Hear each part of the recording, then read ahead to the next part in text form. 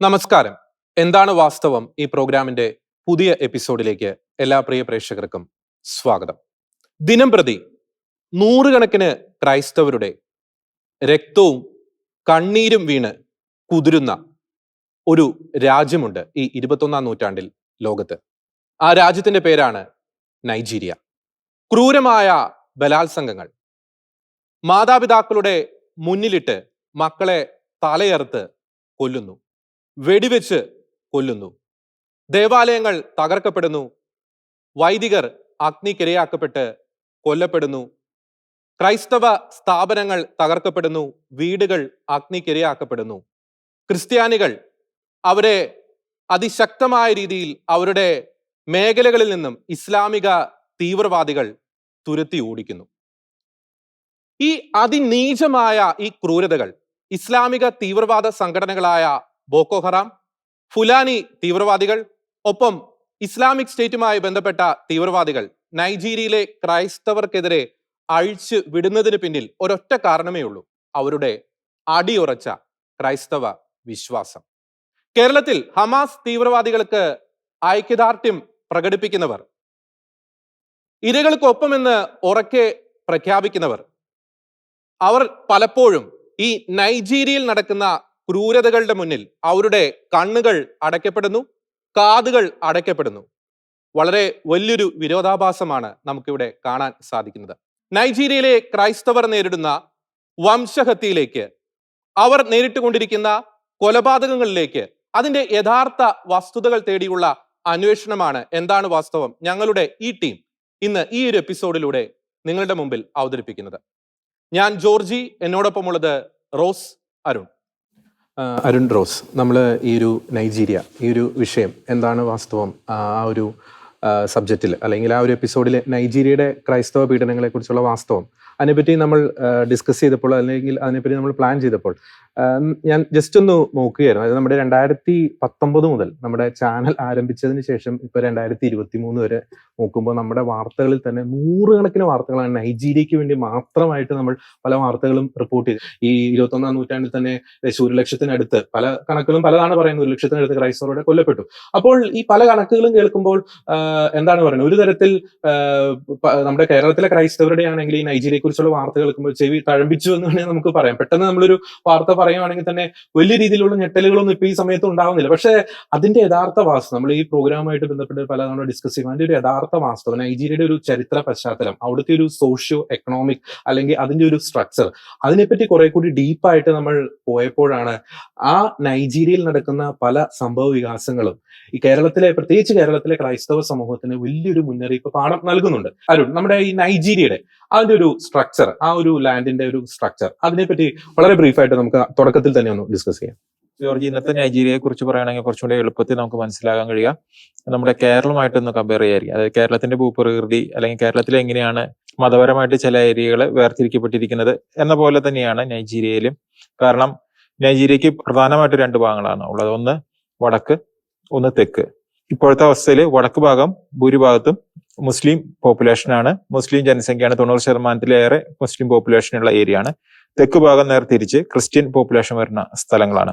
നമുക്ക് നൈജീരിയയുടെ ഒരു പിന്നിലത്തെ ഒരു ചരിത്രം നോക്കുകയാണെങ്കിൽ ഏകദേശം ഒരു 2-ാം നൂറ്റാണ്ടിൽ തന്നെ ക്രിസ്തുമതത്തിന്റെ ആവിർഭാവത്തിൽ തന്നെ ക്രിസ്തുമതം നൈജീരിയയിൽ എത്തുന്നുണ്ട്. ഈജിപ്ത് വഴി നൈജീരിയയിൽ എത്തുന്നുണ്ട്. അലക്സാണ്ട്രിയൻ പാത്രിയർക്കേറ്റ് ഒക്കെ നമുക്കറിയാമല്ലോ. അതുപോലെ തന്നെ ഇസ്ലാം മതത്തിന്റെ ആവിർഭാവത്തോട് കൂടെ തന്നെ ഇസ്ലാം മതവും നൈജീരിയയിൽ എത്തുന്നുണ്ട്. ഈ നൈജീരിയയിൽ ട്രഡീഷണലി ഉണ്ടായിരുന്ന റിലിജിയൻ എന്ന് പറഞ്ഞു കഴിഞ്ഞാൽ അവിടുത്തെ പരമ്പരാഗത ഗോത്ര മതങ്ങളായിരുന്നു. പിന്നീട് ഈ 2 മതങ്ങളുടെയും വളർച്ചകൾ സംഭവിക്കുന്നത് 14-ാം നൂറ്റാണ്ടില് ഇസ്ലാം മതം നോർത്ത് ഏരിയയിൽ, അതായത് നൈജീരിയയുടെ വടക്കൻ മേഖലകളിൽ വ്യാപിക്കുന്നു. അതുപോലെ തന്നെ 16-ാം നൂറ്റാണ്ടോടുകൂടി പോർച്ചുഗലിൽ നിന്ന് ക്രിസ്ത്യൻ മിഷണറിമാരുടെ വരവോടുകൂടി ക്രിസ്തുമതം തെക്കൻ ഭാഗത്തേക്ക്, തെക്കു ഭാഗത്ത് വ്യാപിക്കുന്നു. നാം ഇപ്പോൾ പറയുന്ന സമയത്ത് നൈജീരിയ എന്ന് പറഞ്ഞ ഒരു രാഷ്ട്രം ആയിട്ടില്ല. നൈജീരിയ എന്ന രാഷ്ട്രം രൂപവൽക്കരിക്കപ്പെടുന്നത് 1963-ന് ശേഷം, 64-ലാണ് റിപ്പബ്ലിക്കായിട്ട് മാറുന്നത്. പിന്നെ വീണ്ടും പഴയ ചരിത്രത്തിലേക്ക് പോവുകയാണെങ്കിൽ 1800-കളിൽ ഉസ്മാൻ ഡാൻ ഫോഡിയോ എന്ന് പറഞ്ഞ ഒരു വ്യക്തി, അദ്ദേഹമാണ് നൈജീരിയയിലെ ഇസ്ലാം മതത്തിനെ നൈജീരിയ പ്രത്യേകിച്ച് വടക്കൻ മേഖലയിൽ ഇസ്ലാം മതത്തിനെ അതിതീവ്ര ഇസ്ലാം വിശ്വാസത്തിലേക്ക് കൊണ്ടുവരുന്നത്. അതുവരേക്കും ഇസ്ലാം അനുവർത്തിച്ചിരുന്ന രാജാക്കന്മാർ തന്നെയാണ് അവിടെ ഭരിച്ചിരുന്നത്. പക്ഷെ അവർ ഇസ്ലാമിൽ വെള്ളം ചേർത്തു, അതല്ലെങ്കിൽ അതിലെ മറ്റു പല വിശ്വാസങ്ങളും അതിൽ കയറി വന്നു. അതുകൊണ്ട് തന്നെ യഥാർത്ഥ ഇസ്ലാമിലേക്ക് നൈജീരിയയെ കൊണ്ടുവരിക, അല്ലെങ്കിൽ വടക്കൻ നൈജീരിയയെ കൊണ്ടുവരിക എന്ന ലക്ഷ്യത്തോടു കൂടി അദ്ദേഹം അവിടുത്തെ അന്നുണ്ടായിരുന്ന രാജവംശങ്ങളായിട്ട് യുദ്ധം ചെയ്യുകയും ഒടുവിൽ ആ ഏരിയകളെല്ലാം സൊക്കോത്തോ എന്ന് പറഞ്ഞ സ്ഥലത്തെ കേന്ദ്രീകരിച്ചുകൊണ്ട് സൊക്കോത്തോ കാലിഫേറ്റ് രൂപവൽക്കരിക്കുകയാണ് ചെയ്തത്. ആ കാലിഫേറ്റ് പിന്നീട് ഇപ്പോഴുള്ള കാമറൂൺ, ചാഡ് ഇതുപോലെയുള്ള മറ്റു ബുർക്കിന ഫാസോ ഇവിടേക്കെല്ലാം വ്യാപിക്കുന്നുണ്ട്. അപ്പൊ ഇതാണ് വടക്കിന്റെ ചരിത്രം. ഉസ്മാൻ വന്നതിന് ശേഷം അവിടെ കൃത്യമായ ശരീഅത്ത് ലോ നടപ്പാക്കി.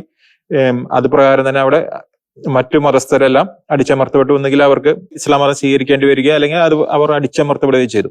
ഇങ്ങനെ ഉസ്മാൻ തുടങ്ങി വെച്ച കാലിഫേറ്റ്, സുക്കോത്ത കാലിഫേറ്റ് ഏകദേശം ഒരു 100 വർഷം കഴിഞ്ഞതിന് ശേഷമാണ് ബ്രിട്ടൻ നൈജീരിയയെ കോളനിയാക്കുന്നത്. അതെ, 1903 ബ്രിട്ടൻ ഈ നൈജീരിയയുടെ, ഇന്നത്തെ നൈജീരിയയുടെ വടക്കൻ ഭാഗങ്ങളും അതുപോലെ തന്നെ തെക്കൻ ഭാഗങ്ങളെല്ലാം കൂട്ടിച്ചേർത്ത് റോയൽ നൈജർ കമ്പനി ടെറിട്ടറീസ് എന്ന പേരിൽ ഇപ്പോൾ നമ്മൾ കാണുന്ന നൈജീരിയക്ക് രൂപം കൊടുക്കുകയാണ്. പിന്നീട് അവിടുത്തെ ഒരു നദിയുടെ പേരുമായി ബന്ധപ്പെട്ടാണ്, നൈജീരിയ എന്ന നദിയുടെ പേരുമായി ബന്ധപ്പെട്ടാണ് നൈജീരിയ എന്ന പേരിലോട്ട് ആ രാജ്യം മാറുന്നത്. ബ്രിട്ടന്റെ കോളനി ഭരണകാലത്തും ബ്രിട്ടൻ അവിടുത്തെ പ്രാദേശിക ഭരണകൂടങ്ങളെ ഉപയോഗിച്ച് തന്നെയാണ് അവിടുത്തെ ഭരണങ്ങൾ മുന്നോട്ട് പോയത്. അതുകൊണ്ട് തന്നെ വടക്കൻ നൈജീരിയയിലെ ഇസ്ലാം അധിഷ്ഠിതമായ, ശരീഅത്ത് ലോ അധിഷ്ഠിതമായ ഭരണം തന്നെയാണ് അവിടെ നടന്നുപോയത്. അതേസമയം തന്നെ തെക്കൻ നൈജീരിയയിലെ കൂടുതൽ ക്രിസ്തുമതം കൂടുതൽ സ്പ്രെഡ് ആകുന്നു. 1950 ശേഷം അവിടെ വലിയൊരു റിവൈവൽ, ക്രിസ്ത്യൻ റിവൈവൽ അവിടെ സംഭവിക്കുന്നു. റൈനാഡ് ബോങ്കെ പോലെയുള്ള സുവിശേഷത്തിന്റെ കൊടുങ്കാറ്റ് എന്നൊക്കെ പറയാവുന്ന അദ്ദേഹത്തെ പോലെയുള്ള ചില പ്രീച്ചേഴ്സിന്റെ കൂടെ അവിടെയുള്ള മറ്റു ഇൻഡിജിനിയസ് ആയിട്ടുള്ള മറ്റു മതങ്ങളിൽ നിന്ന് കൂട്ടത്തോടെ ക്രിസ്തു മതത്തിലേക്ക് ജനങ്ങൾ ആകർഷിക്കപ്പെടുന്നു.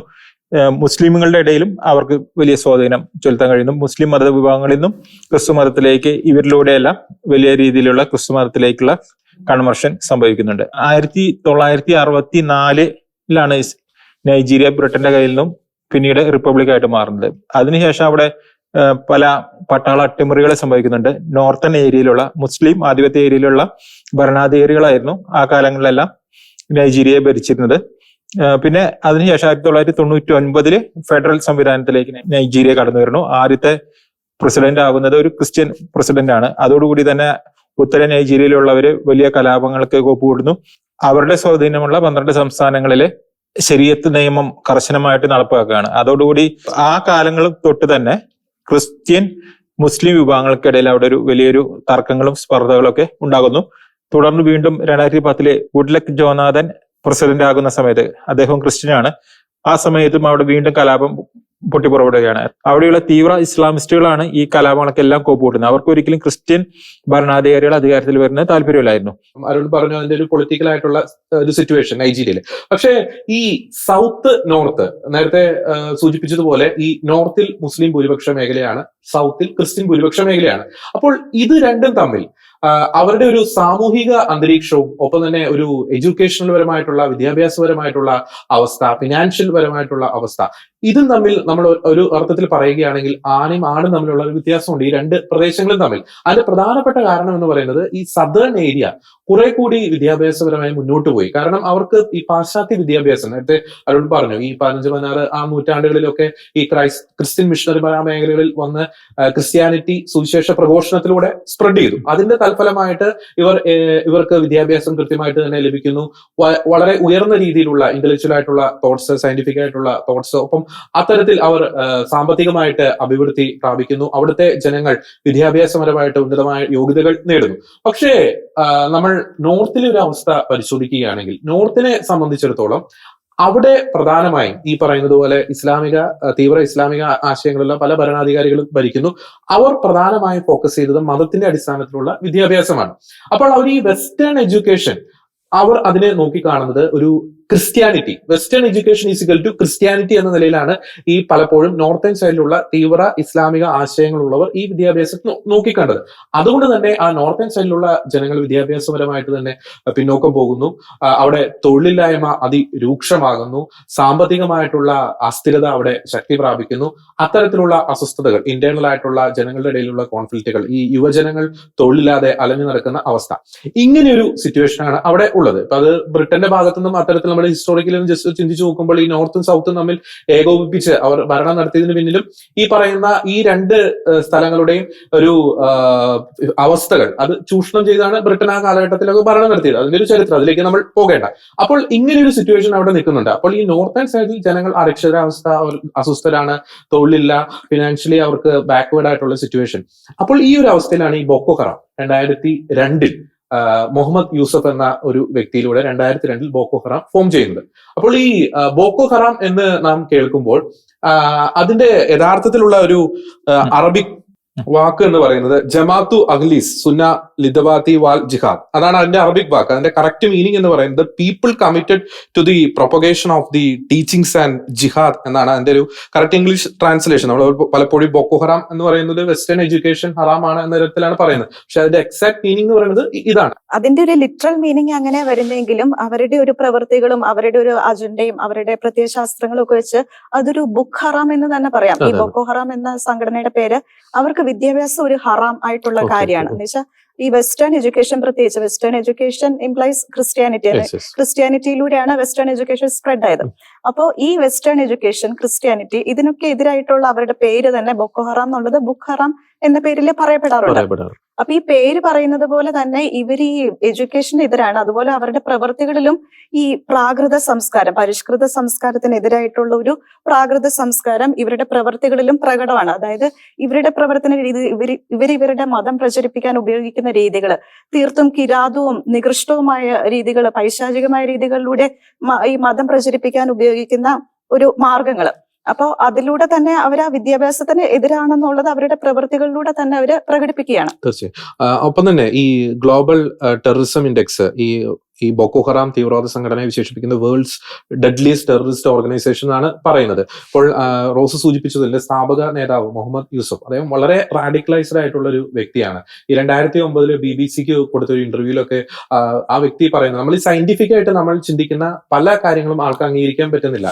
ഇപ്പൊ സയന്റിഫിക് ആയിട്ട് പ്രൂവൺ ആയിട്ടുള്ള ഇപ്പൊ മഴ പെയ്യുന്നത്, അങ്ങനത്തെ പല കാര്യങ്ങളും ആളുടെ തോട്ട്സ് എപ്പോഴും ഒരു മതപരമാണ്. എല്ലാ കാര്യത്തിലും മതത്തിന്റെ ഒരു എലമെന്റ് ആണ്. അതിനപ്പുറത്തേക്കുള്ള ടീച്ചിങ്സ് ആൾക്ക് ഉൾക്കൊള്ളാൻ സാധിക്കുന്നില്ല.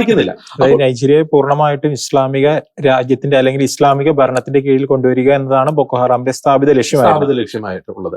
അപ്പോൾ അത്തരത്തിൽ ഈ നൈജീരിയയിലെ ഭരണ സംവിധാനത്തെ അട്ടിമറിക്കുക, ഈ ജനങ്ങളുടെ അരക്ഷിതാവസ്ഥ മുതലെടുക്കുക. അപ്പൊ അത്തരത്തിൽ അങ്ങനെ ആരംഭിച്ച ബോക്കോ ഹറാം ഈ പറയുന്നത് പോലെ മതത്തിന്റെ എലമെന്റ്, ഈ ജനങ്ങൾ തമ്മിലുള്ള നോർത്തും സൗത്തും തമ്മിലുള്ള ആ ഒരു ഡിസ്പാരിറ്റി അല്ലെങ്കിൽ ആ ഒരു ഡിഫറൻസ്, അതിലേക്ക് ഒരു മതത്തിന്റെ എലമെന്റ് കൂടി ഇവർ ഇൻജെക്ട് ചെയ്യുന്നു. അതായത് ഈ നോർത്തേൺ സൈഡിലെ ദുരവസ്ഥയ്ക്ക്, അരക്ഷിതാവസ്ഥയ്ക്ക്, പിന്നോക്കാവസ്ഥയ്ക്ക് കാരണം ഈ സദേൺ സൈഡിലെ ക്രിസ്ത്യാനിറ്റി. അതായത് സദേൺ സൈഡിലെ ക്രിസ്ത്യാനിറ്റി അവർ വെസ്റ്റേൺ എഡ്യൂക്കേഷൻ, അത് ഈക്വൽ ടു ക്രിസ്ത്യാനിറ്റി. അപ്പോൾ ക്രിസ്ത്യൻസ് ആണ് അവിടുത്തെ പ്രശ്നങ്ങൾക്ക് കാരണം എന്ന തരത്തിലുള്ള ഒരു ഇഞ്ചക്ഷൻ അവിടെ കൊടുക്കുന്നു. അപ്പോൾ അത്തരത്തിൽ ഒരു മതത്തിന്റെ കണ്ണിലൂടെ അവർ നോക്കിക്കാണുന്നു. അപ്പോൾ ഈ വെസ്റ്റേൺ എഡ്യൂക്കേഷൻ റിലേറ്റഡ് ആയിട്ടുള്ള എല്ലാ കാര്യങ്ങളും അവർക്ക് ഹറാമായി മാറുന്നു. അതിനെ തുടർന്നാണ് അവരുടെ ചിന്താഗതിക്ക് വിരുദ്ധമായിട്ടുള്ളവരെ അല്ലെങ്കിൽ അവരുടെ തോട്ട് പ്രോസസ്സിന് വിരുദ്ധമായിട്ടുള്ളവരെ അതിക്രൂരമായിട്ടുള്ള രീതിയിൽ കൊന്നൊടുക്കുന്ന കാഴ്ചകൾ. അത് ക്രിസ്ത്യാനി ആണെങ്കിലും മുസ്ലിം ആണെങ്കിലും അവർ പറയുന്ന ആശയത്തിന് വിരുദ്ധമായിട്ട് ആര് പറഞ്ഞു കഴിഞ്ഞാലും അവരെ കൊല്ലുക, അല്ലെങ്കിൽ അവിടെ കൃത്യമായ ശരീഅത്ത് നിയമപ്രകാരം ഇപ്പൊ ഒരു മോഷ്ടാവാണെങ്കിൽ അദ്ദേഹത്തിന്റെ കൈവെട്ടുക, സ്വർഗാനുരാഗമായിട്ട് ബന്ധപ്പെട്ട വ്യക്തികളാണെങ്കിൽ അവരെ കൊന്നുകളയുക. ഇതുപോലെ അതികഠിനമായ ശിക്ഷാരീതികളും അവര് എവിടെയൊക്കെ ആധിപത്യം സ്ഥാപിച്ചോ ആ സ്ഥലങ്ങളിൽ നടപ്പാക്കാൻ തുടങ്ങി. ജോർജ്, ഇവിടെയാണ് ഒരു കാര്യം, ഒരു ശ്രദ്ധേയമായ വ്യത്യാസം ശ്രദ്ധിക്കേണ്ടത്. ഈ തീവ്ര ഇസ്ലാമിസ്റ്റുകൾ, തീവ്രവാദികൾ അവരുടെ മതം പ്രചരിപ്പിച്ചതും ക്രൈസ്തവ മിഷണറിമാര് ക്രൈസ്തവ മതത്തില് അവിടെ ഒരു വളർച്ച ഉണ്ടായതും തമ്മിലുള്ള ഒരു വ്യത്യാസം. ക്രൈസ്തവ മതത്തിന്റെ ഒരു വളർച്ച ഉണ്ടാകുന്നത് നമ്മൾ പറഞ്ഞു, അരുൺ പറഞ്ഞ പോലെ സുവിശേഷത്തിന്റെ കൊടുങ്കാറ്റായ റെയ്നാഡ് ബോങ്കെ, അതുപോലെ മറ്റ് മിഷണറിമാർ, അവരൊക്കെ നടത്തിയ ഒരു സുവിശേഷ പ്രഘോഷണ ഉദ്യമങ്ങൾ, ആ സുവിശേഷ പന്തലുകളിലേക്ക് കോടിക്കണക്കിന് ജനങ്ങളെ ആകർഷിക്കുന്ന തരത്തിലുള്ള അത്ഭുതങ്ങളും അടയാളങ്ങളുമാണ് നൈജീരിയയിൽ സംഭവിച്ചത്. അതിൽ മരിച്ചവരെ ഉയർപ്പിക്കുന്നത് അടക്കമുള്ള അത്ഭുതങ്ങൾ അവിടെ സംഭവിച്ചു.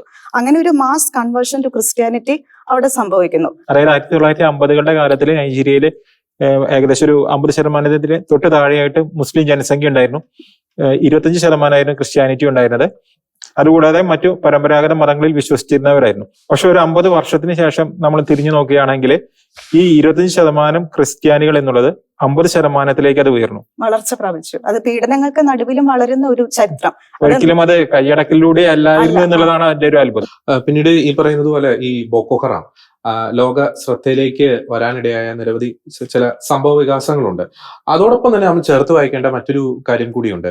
ഈ നോർത്തേൺ സൈഡിൽ ജനങ്ങൾ അരക്ഷിതാവസ്ഥയിലാണ് എന്ന് പറയുമ്പോഴും അവിടെ ഭരിക്കുന്ന ഭരണാധികാരികൾ വളരെയധികം ഇമ്മൻസലി റിച്ച് ആയിരുന്നു. അതായത് നോർത്തേൺ സൈഡിലേക്ക് പോകുന്ന ഈ ഫണ്ട് അല്ലെങ്കിൽ സാമ്പത്തിക സഹായങ്ങൾ ഒക്കെ ഈ അവിടെ ഭരിക്കുന്ന ഭരണാധികാരികളുടെ പോക്കറ്റിലേക്കാണ് പോകുന്നത്. നമ്മൾ നേരത്തെ ഈ ഹമാസിന്റെ ഒക്കെ വിഷയം നമ്മൾ ചർച്ച ചെയ്തു. ഈ ഹമാസിനെ നിയന്ത്രിക്കുന്ന അതിന്റെ ടോപ്പ് ലീഡേഴ്സ് അല്ലെങ്കിൽ പോളിറ്റ് ബ്യൂറോ ലീഡേഴ്സ് ഒന്നും ഗാസയിലില്ല. പലരുടെയും വീട് ഖത്തറിലും അല്ലെങ്കിൽ ഇറാനിലുമുള്ള വലിയ സ്വപ്ന സൗധങ്ങളിലാണ് അവർ താമസിക്കുന്നത്. അപ്പോൾ അത്തരത്തിലുള്ള സമാനമായിട്ടുള്ള സിറ്റുവേഷൻ തന്നെയാണ്. അതായത് ജനങ്ങളിലേക്ക് പോകുന്ന ഫണ്ട് ഈ ഭരണാധികാരികൾ കൈവയ്ക്കുന്നു. ഈ ജനങ്ങളുടെ അരക്ഷിതാവസ്ഥ തീവ്ര ഇസ്ലാമിക ഗ്രൂപ്പുകൾ അത് ചൂഷണം ചെയ്യുന്നു. അതിനെ തുടർന്ന് അവിടെ വലിയ രക്തരൂക്ഷിതമായിട്ടുള്ള കലാപങ്ങൾ അല്ലെങ്കിൽ അത്തരത്തിലുള്ള ആക്രമണങ്ങൾ നടക്കുന്നു. ഒപ്പം തന്നെ നമ്മൾ ഈ പറയുമ്പോൾ ഈ ബൊക്കോ ഹറാം ആ ഒരു കാലഘട്ടത്തിൽ എന്തുകൊണ്ട് ഈ ബൊക്കോ ഹറാം ഇത്തരത്തിൽ ശക്തി പ്രാപിക്കുന്നു, അതൊരു പലരും ചൂണ്ടിക്കാണിക്കുന്ന ഒരു വസ്തുതയുണ്ട്. ഈ ഗവൺമെന്റ് തലങ്ങളിൽ അല്ലെങ്കിൽ ഭരണ സംവിധാനങ്ങളുടെ ഭാഗത്ത് നിന്ന് ഇത്തരത്തിലുള്ള ഈ തീവ്രവാദ ഗ്രൂപ്പുകൾക്ക് ഇൻഡയറക്റ്റ് ആയിട്ടും ഡയറക്റ്റ് ആയിട്ടും വളരെ വലിയ രീതിയിലുള്ള സപ്പോർട്ട് ലഭിച്ചിട്ടുണ്ട്. വലിയ രീതിയിലുള്ള ഫണ്ടിങ് ഇപ്പോഴും അങ്ങനെ തന്നെയാണ്. അവിടുത്തെ എല്ലാ തീവ്രവാദ സംഘടനകൾക്കും ഉത്തര നൈജീരിയയിൽ നിന്ന്, അതായത് വടക്കൻ നൈജീരിയയിൽ നിന്ന് വലിയ തോതിലുള്ള സംഭാവനകളും അതിനുള്ള ഫണ്ടിങ് ലഭിച്ചുകൊണ്ടിരിക്കുന്നുണ്ട്. അത് ഇന്നത്തെ ഒരു സിനാരിയോയില് ബാക്കി രാജ്യങ്ങളിലേക്ക് നോക്കുകയാണെങ്കിലും ഈ ഇസ്ലാമിക തീവ്രവാദ സംഘടനകൾ പിടിമുറുക്കുന്ന രാജ്യങ്ങളിൽ അവർ ആദ്യം ലക്ഷ്യം വെക്കുന്നത് രാഷ്ട്രീയ കക്ഷികളെ കൂട്ടുപിടിക്കുക, നിയമ സംവിധാനങ്ങളിൽ അവർക്ക് അനുകൂലമായിട്ടുള്ള കാര്യങ്ങൾ ചെയ്തു വെക്കുക. ഇതൊക്കെ ഇസ്ലാമിക തീവ്രവാദ ഗ്രൂപ്പുകള് ആധിപത്യം പുലർത്താൻ ശ്രമിക്കുന്ന രാജ്യങ്ങളിൽ ഇന്നും കാണാൻ സാധിക്കും. അതെ, ഈ നൈജീരിയയിൽ 1980 തന്നെ ക്രിസ്ത്യാനിറ്റിയും ഇസ്ലാമും തുല്യമായിരിക്കുന്ന അവസ്ഥയിൽ തന്നെ അന്ന് നൈജീരിയനെ ഇസ്ലാമിക രാജ്യങ്ങളുടെ കൂട്ടായ്മയായ OIC അംഗമാക്കി. അപ്പോൾ തന്നെ അവിടെ ഉണ്ടായിരുന്ന ക്രൈസ്തവർ ഒരുപാട് എതിർത്താണ്. ഇനി ഇപ്പോഴത്തെ ഒരു സിനാരിയെ നോക്കുകയാണെങ്കിൽ ഇപ്പോ 50% ക്രിസ്ത്യാനികൾ, 50% മുസ്ലിംസ്. പക്ഷെ അവിടുത്തെ മറ്റ് എല്ലാ സംവിധാനങ്ങളിലും 80% മുസ്ലിംസും 20% ക്രിസ്ത്യൻസുമായി ഓൾറെഡി കഴിഞ്ഞു. ഈ 80:20 നമ്മുടെ കേരളത്തിൽ ഒരുപാട് നമ്മൾ ചർച്ച ചെയ്യപ്പെട്ട ഒരു വിഷയമാണ്. അപ്പോൾ അത്തരത്തിൽ ഈ 2002 മുതൽ 2009 വരെയുള്ള കാലഘട്ടത്തിൽ ബൊക്കോ ഹറാം വളരെ വലിയ രീതിയിൽ ശക്തി പ്രാപിക്കുന്നു. ഈ അൺഎംപ്ലോയിഡ് ആയിട്ടുള്ള യൂത്തിനെ അവർക്ക് കയ്യിലെടുക്കാൻ സാധിക്കുന്നു. മതവും ഇഞ്ചക്ട് ചെയ്യുന്നു. ഒപ്പം തന്നെ ഒരു വിഭാഗത്തിനെതിരെയുള്ള എനിമിറ്റിയും അവർ ഇഞ്ചക്ട് ചെയ്യുന്നു. അത്തരത്തിൽ വലിയ രീതിയിൽ അവർ ശക്തി പ്രാപിക്കുന്നു. 2009 ഈ ഇത്തരത്തിൽ റാഡിക്കലൈസ് ചെയ്യപ്പെട്ട ബൊക്കോ ഹറാമും നൈജീരിയൻ സെക്യൂരിറ്റി ഫോഴ്സസും തമ്മിലുള്ള ഒരു വലിയൊരു പോരാട്ടം അവിടെ നടക്കുന്നുണ്ട്. അതിന്റെ തൽഫലമായിട്ട് ഇതിന്റെ സ്ഥാപക നേതാവ് മുഹമ്മദ് യൂസഫ് കൊല്ലപ്പെടുന്നു. അതിനുശേഷം ഈ പറയുന്ന വ്യക്തിയുടെ ഡെപ്യൂട്ടി ആയിരുന്ന അബൂബക്കർ ഷക്കാവ് എന്ന് പറയുന്ന വ്യക്തി അതിന്റെ തലപ്പത്ത് വരുന്നു. ആ വ്യക്തി 2009 മുതൽ 2021 വരെ ബോക്കോ ഹറാമിന്റെ തലപ്പത്തിരിക്കുന്നു. പിന്നീട് ഈ ബോക്കോ ഹറാം ചെയ്ത ചില ക്രൂരകൃത്യങ്ങൾ നേരത്തെ പറഞ്ഞു നിർത്തിയ ഒരു പോയിന്റാണ്. അതായത് ഈ ലോക ശ്രദ്ധയിലേക്ക് വരാൻ വേണ്ടി അവർ ചെയ്ത കുറച്ച് സംഗതികളുണ്ട്. ഈ UN-ന്റെ അബൂജയിലുള്ള UN-ന്റെ ഒരു ബിൽഡിങ്ങിനെ ആക്രമിക്കുന്നു. പിന്നെ എടുത്തു പറയേണ്ട സംഗതിയാണ് ലോകം മുഴുവൻ ഞെട്ടിത്തെരിച്ചൊരു സംഗതി അല്ലെ, പെൺകുട്ടികളുടെ കിഡ്നാപ്പിംഗ്. 2014 സംഭവം. 2014 ഏപ്രിൽ 14 ഈ ബൊക്കോ ഹറാം തീവ്രവാദികൾ അവിടെയുള്ള ഒരു സ്കൂള്, ബൊർണോ സ്റ്റേറ്റിലുള്ള ഒരു സ്കൂള്, ഗവൺമെന്റ് ഗേൾസ് സ്കൂൾ. ആ സ്കൂളിലേക്ക് കടന്നു ചെന്ന വലിയൊരു കിഡ്നാപ്പിംഗ് നടത്തുകയാണ്, മാസ് കിഡ്നാപ്പിംഗ്. 276 പെൺകുട്ടികളെയാണ് അന്ന് ഈ ബൊക്കോ ഹറാം തീവ്രവാദികൾ തട്ടിക്കൊണ്ടുപോയത്. പോകുന്ന വഴിക്ക് തന്നെ ഒരു 57 പെൺകുട്ടികൾ സ്വയം രക്ഷപ്പെട്ടു. പിന്നെയുള്ളവരിൽ 100 പേർ ഇപ്പോഴും മിസ്സിംഗ് ആണ്. അവരെ പറ്റി യാതൊരു വിവരവും ഇന്നും വർഷങ്ങൾ ഇത്ര കഴിഞ്ഞിട്ടും ലഭ്യമല്ല എന്നുള്ളതാണ് അതിലെ ഖേദകരമായ ഒരു വസ്തുത. ഇവിടെ പറയാനുള്ളത് ചിബോക്ക് എന്ന് പറഞ്ഞ സ്ഥലത്താണ് ഇത് സംഭവിക്കുന്നത്. ഈ ചിബോക്കില് അന്ന് ഈ തട്ടിക്കൊണ്ടുപോയ പെൺകുട്ടികളിൽ ഭൂരിഭാഗവും ക്രിസ്ത്യൻ പെൺകുട്ടികളായിരുന്നു. മെയ് 5 ഏപ്രിൽ 14 മെയ് 5 ഇവരുടെ ബൊക്കോ ഹറാം നേതാവ് അബൂബക്കർ ഷക്കാവു ഒരു വീഡിയോ റിലീസ് ചെയ്തിരുന്നു, ഒരു പ്രൊപ്പഗാൻഡ വീഡിയോ. അതായത് അവര് ക്ലെയിം ചെയ്തിട്ട് അവർ ആ കിഡ്നാപ്പിംഗിന്റെ റെസ്പോൺസിബിലിറ്റി ഏറ്റെടുത്തുകൊണ്ടുള്ള ഒരു വീഡിയോ ആയിരുന്നു. അതില് ആള് വിശദീകരിക്കുന്നത് ഇങ്ങനെയാണ്: 9 വയസ്സുള്ള ഒരു പെൺകുട്ടി, ആ പെൺകുട്ടീനെ കല്യാണം കഴിച്ച് വിടുവാണ് വേണ്ടത്, പഠിപ്പിക്കുവല്ല വേണ്ടത്. അപ്പൊ അതിനെതിരായിട്ടാണ്, അതാണ് അവർ ഈ കിഡ്നാപ്പിങ്ങിന് കൊടുക്കുന്ന റീസൺ അതാണ്. എന്നിട്ട് പറയുന്നുണ്ട്, അള്ളാഹ് ആളോട് പറഞ്ഞു ഇവരെയൊക്കെ സ്ലേവ്സ് ആക്കാൻ അള്ളാഹ് പറഞ്ഞു എന്ന പേരിലാണ് ഈ കിഡ്നാപ്പിംഗ് നടത്തിയതെന്ന് ആളൊരു വീഡിയോയിലൂടെ പുറത്തറിയിച്ചിരുന്നു. ഇതിനുശേഷമാണ്, ഒരാഴ്ചക്ക് ശേഷമാണ് അവിടുത്തെ പെൺകുട്ടികള് ബുർക്കയും ഹിജാബും ഒക്കെ ധരിച്ചിട്ടുള്ള ഒരു വീഡിയോ പുറത്തു വന്നത്. ഈ പെൺകുട്ടികളില് ഒരുപാട് കുട്ടികൾ അവരുടെ ലൈംഗിക അടിമകളായിട്ട് മാറി. ആ കൊച്ചു പ്രായത്തിൽ തന്നെ ആ തീവ്രവാദികളുടെ ലൈംഗിക അടിമകളായി മാറി. മറ്റു മതസ്ഥരായ കുറച്ച് പെൺകുട്ടികളൊക്കെ അവർക്ക് ഈ മോചനദ്രവ്യമൊക്കെ കൊടുത്ത് കുറച്ചു പേരൊക്കെ രക്ഷപ്പെട്ടു. എന്നിരുന്നാലും ഇപ്പോഴും ഒരു 100 പെൺകുട്ടികൾ അന്നത്തെ തട്ടിക്കൊണ്ടുപോയതിൽ മിസ്സിംഗ് ആണ്. മിക്കവാറും അവരെല്ലാവരും കൊല്ലപ്പെട്ടിട്ടുണ്ടാകാം. അടിമകളോ അല്ലെങ്കിൽ- കൊല്ലപ്പെടുകയോ അതെ. ചെയ്തിട്ടുണ്ടായിരിക്കാം. ആ കാലത്ത് സോഷ്യൽ മീഡിയയിൽ വൈഡ് സ്പ്രെഡ് ആയിട്ട് ഒരു ക്യാമ്പയിൻ ഉണ്ട്, Bring social back media girls അല്ലേ? Campaign, bring back our girls എന്നും പറഞ്ഞ ഒരു ക്യാമ്പയിൻ ഉണ്ടായിരുന്നു. അത് ട്വിറ്ററിൽ ആ കാലത്ത് യൂസ് ചെയ്ത ഏറ്റവും കോമൺ ആയിട്ടുള്ള വാക്കായിരുന്നു ബ്രിങ് ബാക്ക് അവർ ഗേൾസ് എന്നുള്ളത്. നമുക്കറിയാവുന്ന കാര്യമാണ്. നമ്മൾ ഇപ്പോഴത്തെ ഒരു സാഹചര്യമായിട്ട് ചിന്തിക്കുകയാണെന്ന് വെച്ച് കഴിഞ്ഞാൽ ഈ വാർത്ത എത്രത്തോളം ഹൈലൈറ്റ് ചെയ്യപ്പെടേണ്ട ഒരു വാർത്തയായിരുന്നു. പക്ഷെ ആ കാലത്തെ തന്നെ നമ്മുടെ മാധ്യമങ്ങളിൽ 1-2 ദിവസമൊക്കെ ഈ വാർത്ത വന്നിട്ടുണ്ട്. ഇതിനപ്പുറത്തേക്ക് ഒരു വാർത്തയും വന്നിട്ടുണ്ടായിരുന്നില്ല. എന്നാൽ ഈ സംഭവിച്ചത് വേറെ ചില ഇൻട്രസ്റ്റുകളുള്ള ഏതെങ്കിലും രാജ്യത്തായിരുന്നെങ്കിൽ എന്തായിരിക്കും ഈ വാർത്ത? ഇവിടെ നഷ്ടപ്പെടുന്നത് ക്രിസ്ത്യാനികളാകുമ്പോൾ, അല്ലെങ്കിൽ കൊല്ലപ്പെടുന്നത് ക്രിസ്ത്യാനികളാകുമ്പോൾ, ലൈംഗിക അടിമകളാകുന്നത് ക്രിസ്ത്യാനികളാകുമ്പോൾ ഇവിടെ ആർക്കും ആ വാർത്ത പ്രധാനപ്പെട്ടതല്ല. അത് അങ്ങ് നൈജീരിയയിലല്ലേ. നൈജീരിയ എന്ന് പറഞ്ഞു കഴിഞ്ഞാൽ ഒരു ദരിദ്രമായ ഒരു ആഫ്രിക്കൻ രാജ്യം എന്നൊക്കെയാണ് ഇവിടുത്തെ സങ്കല്പം. പക്ഷേ ആഫ്രിക്കയിലെ തന്നെ ഏറ്റവും സുപ്രധാനമായ, ഏറ്റവും സാമ്പത്തികമായിട്ട് വളർന്നുകൊണ്ടിരിക്കുന്ന പല ഡെവലപ്ഡ് ആയിട്ടുള്ള സിറ്റികളുള്ള ഒരു രാജ്യമാണ് നൈജീരിയ. ആഫ്രിക്കയിലെ തന്നെ ഏറ്റവും ജനസാന്ദ്രതയുള്ള ഏരിയയാണ്, ഏറ്റവും കൂടുതൽ പോപ്പുലേഷനുള്ള രാജ്യമാണ്. അതുപോലെ തന്നെ ലോകത്തെ ഏറ്റവും കൂടുതൽ ക്രൈസ്തവരുള്ള ഒരു രാജ്യം കൂടിയാണ്. 6ാമത്തെ സ്ഥാനത്താണ് ക്രൈസ്തവ ജനസംഖ്യയിൽ നൈജീരിയ ഉള്ളത്. അതുപോലെ തന്നെ ലോകത്തെ ഏറ്റവും കൂടുതൽ മുസ്ലിമുകളുള്ള രാജ്യത്തിൽ 7ാം സ്ഥാനത്താണ് നൈജീരിയ ഉള്ളത്. ഒപ്പം തന്നെ ഈ കാത്തലിക്സ് ഉള്ള ഏറ്റവും വലിയ 12ാമത്തെ രാജ്യം കൂടിയാണ് നൈജീരിയ. അപ്പൊ ഇത്തരത്തിൽ ആഫ്രിക്കയിലെ തന്നെ ഏറ്റവും ജനസാന്ദ്രതയേറിയ ഒരു രാജ്യത്തെ ഇസ്ലാമിക രാജ്യമാക്കുക എന്ന ലക്ഷ്യത്തോടു കൂടി തന്നെയാണ് ഈ പറയുന്ന ബോക്കോ ഹറാം ആയിക്കോട്ടെ, ഫുലാനികൾ, അവരിലേക്ക് നമുക്ക് വരാം. ഈ 3 തീവ്രവാദ സംഘടനകളുടെയും പ്രധാനപ്പെട്ട ലക്ഷ്യം ഇതാണ്. അപ്പൊ ഈ ബൊക്കോ ഹറാം തീവ്രവാദികളുടെ പിടിയിൽ കഴിഞ്ഞ പെൺകുട്ടികൾ, അതിൽ 2 പെൺകുട്ടികൾ പിന്നീട് അവർ മടങ്ങി വന്നിട്ട് അവർക്കുണ്ടായ ദുരനുഭവങ്ങൾ പങ്കുവെക്കുകയുണ്ടായി. അതില് ആ കൊണ്ടുപോയ പെൺകുട്ടികളുടെ കൂട്ടത്തിൽ ഏറ്റവും പ്രായമുള്ള കുട്ടിയായിരുന്നു നവോമി അഡാമു. അവൾക്ക് 24 വയസ്സായിരുന്നു. അത്രയും പ്രായമുള്ള വേറെ ആരും ആ കൂട്ടത്തിൽ ഉണ്ടായിരുന്നില്ല. അപ്പൊ അവള് തിരിച്ചു വന്ന് 3 വർഷങ്ങൾക്ക് ശേഷമാണ് അവള് മോചിപ്പിക്കപ്പെടുന്നത്. അപ്പൊ അവള് തിരിച്ചു വന്നിട്ട് പറഞ്ഞ ഒരു കാര്യം എന്ന് പറയുന്നത്, ഇവര് വളരെ ക്രൂരമായിട്ടാണ് അവരോട് പെരുമാറിയിരുന്നത്. അപ്പോൾ ഇവർക്ക് ചെന്ന ദിവസം തന്നെ ഇവർക്ക് പഠിക്കാനായിട്ട് ഇസ്ലാമിക വാക്യങ്ങൾ എഴുതിയ ബുക്കുകൾ കൊടുത്തു.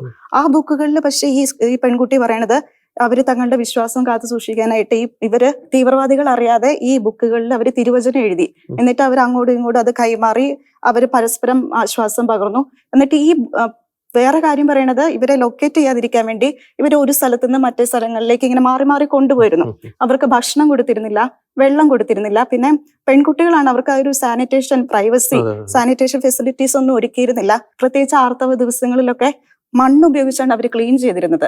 അപ്പൊ ഈ കാര്യങ്ങളൊക്കെ ഈ പെൺകുട്ടി പറയുന്നത് മീഡിയ കേട്ടിട്ട് അതിന് വേണ്ടത്ര ഒരു എന്താ പറയാ ശ്രദ്ധ കൊടുത്തിരുന്നില്ല, അറ്റൻഷൻ കൊടുക്കുന്നില്ല. നേരത്തെ പറഞ്ഞൊരു വളരെ പ്രധാനപ്പെട്ട ഒരു പോയിന്റ് ആണ്.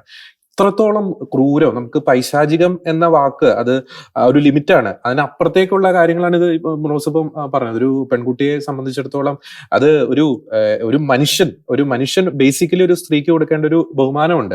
അതൊക്കെ കാറ്റിൽ പറത്തിക്കൊണ്ട്, അതൊക്കെ അവഗണിച്ചുകൊണ്ട് ഇത്തരത്തിലുള്ള ക്രൂരമായിട്ടുള്ള കൃത്യങ്ങളാണ് അവിടെ അരങ്ങേറുന്നത്. നമുക്കറിയാം, ഇപ്പൊ ഈ ഹമാസിന്റെ കേസ് തന്നെ എടുത്തോട്ടെ.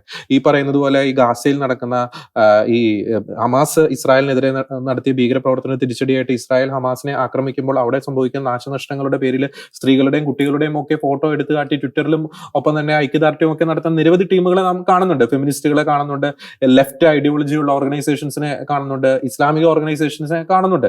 അവരുടെ വലിയ മുദ്രാവാക്യം എന്ന് പറയുന്നത് സ്ത്രീകളുടെ സുരക്ഷിതത്വം അല്ലെങ്കിൽ സ്ത്രീ സുരക്ഷ എന്നൊക്കെ പറഞ്ഞാണ്. പക്ഷെ ഇവര് ഇത്തരത്തിലുള്ള കാര്യങ്ങൾ വരുമ്പോൾ ഇവരുടെ കണ്ണുകൾ അന്ധമായി പോകുന്നു, കാതുകൾ കേൾക്കാതെ കേൾവിശക്തി നഷ്ടപ്പെടുന്ന ഒരു സ്ഥിതിവിശേഷം.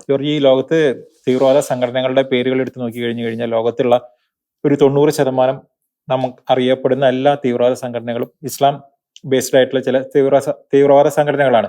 ഈ തീവ്രവാദ സംഘടനകളെ ക്രൈസ്തവരെ ആക്രമിക്കുന്നുണ്ട്, ഇനി അവർ ആയിരിക്കുന്ന സ്ഥലത്തെ മുസ്ലിമുകളെ ആക്രമിക്കുന്നുണ്ട്.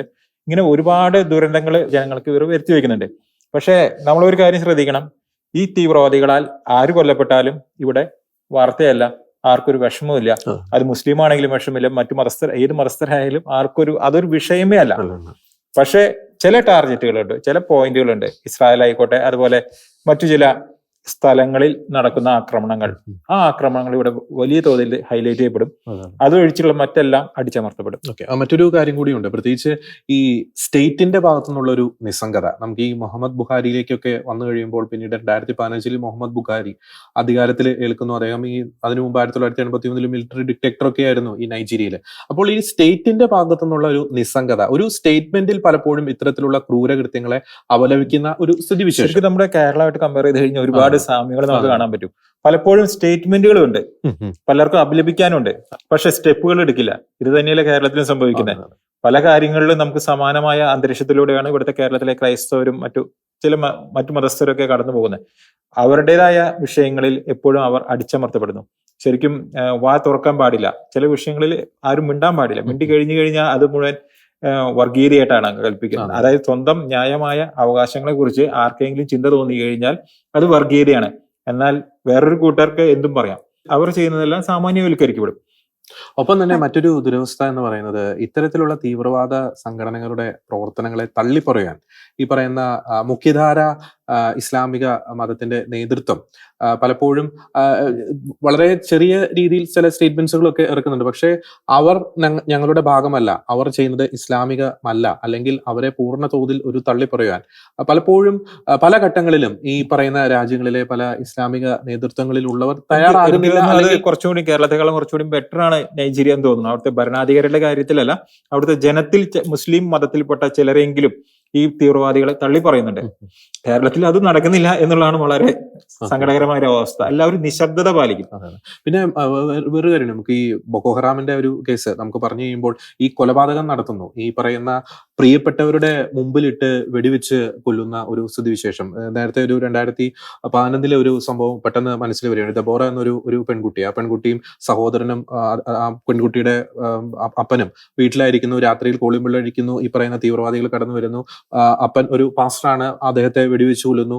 ഒപ്പം തന്നെ സഹോദരൻ ഭാവിയിൽ ഇനി പാസ്റ്റർ ആയേക്കാം എന്ന ഭീതിയിൽ സഹോദരനെയും ഈ പെൺകുട്ടിയുടെ മുമ്പിൽ വെച്ച് വെടിവെച്ചു കൊല്ലുന്നു. ദബോറയൊക്കെ ഒരു പ്രതീകം മാത്രമാണ്. ഇത്തരത്തിൽ മാതാപിതാക്കളുടെ മുമ്പിലിട്ട് മക്കളെ വെടിവെച്ചു കൊല്ലുന്നു, കഴുത്തറുത്ത് കൊല്ലുന്നു. അവരൊക്കെ പിന്നീട് അനുഭവിക്കുന്ന ഒരു മെന്റൽ ട്രോമയുണ്ട്. അവരുടെ ജീവിതത്തിൽ അവരനുഭവിക്കുന്ന മാനസികമായിട്ടുള്ള ഒരു തകർച്ചയുണ്ട്. പിന്നീട് ഇവർ ചെയ്യുന്നതെന്ന് പറഞ്ഞാൽ ക്രൈസ്തവ അസ്തിത്വം തന്നെ ഇല്ലാതാക്കുന്ന ചില സ്ഥിതിവിശേഷങ്ങൾ. ദേവാലയങ്ങൾ തകർക്കുന്നു, ക്രൈസ്തവ സ്ഥാപനങ്ങൾ തകർക്കുന്നു, ക്രൈസ്തവ ബിസിനസ് സ്ഥാപനങ്ങൾ തകർക്കുന്നു. ഏകദേശം ഒരു കണക്കനുസരിച്ച് 30-50 ലക്ഷത്തിനും ഇടയിൽ ക്രൈസ്തവ വിശ്വാസികളാണ് ഇന്റേണലി ഡിസ്പ്ലേസ്ഡ് ആയി പോകുന്നത് നൈജീരിയയിൽ നിന്ന്. അവർ പിന്നെ താമസിക്കുന്നത് എന്ന് പറയുന്നത് ഇത്തരത്തിലുള്ള അഭയാർത്ഥി ക്യാമ്പുകളിലാണ്. അവിടുത്തെ സ്ഥിതിവിശേഷം എന്ന് പറയുന്നത് വളരെ ദയനീയമാണ്. വളരെ വലിയ രീതിയിൽ നല്ല മെച്ചപ്പെട്ട അവസ്ഥയിൽ ജീവിച്ചിരുന്നവർ ഈ തീവ്രവാദികളുടെ ആക്രമണം ഭയന്ന്, അല്ലെങ്കിൽ അവർ തങ്ങളുടെ സ്ഥാപനങ്ങളും വീടുകളും നശിപ്പിച്ചതിന്റെയൊക്കെ ഒരു അടിസ്ഥാനത്തിൽ ആ സാഹചര്യത്തിൽ ഇത്തരം അഭയാർത്ഥി ക്യാമ്പുകളിൽ ദരിദ്രരെ പോലെ, ഒന്നുമില്ലാത്തവരെ പോലെ കഴിയേണ്ടി വരുന്ന അവസ്ഥ. രോഗങ്ങളുണ്ട്, ദരിദ്രാവസ്ഥയുണ്ട്,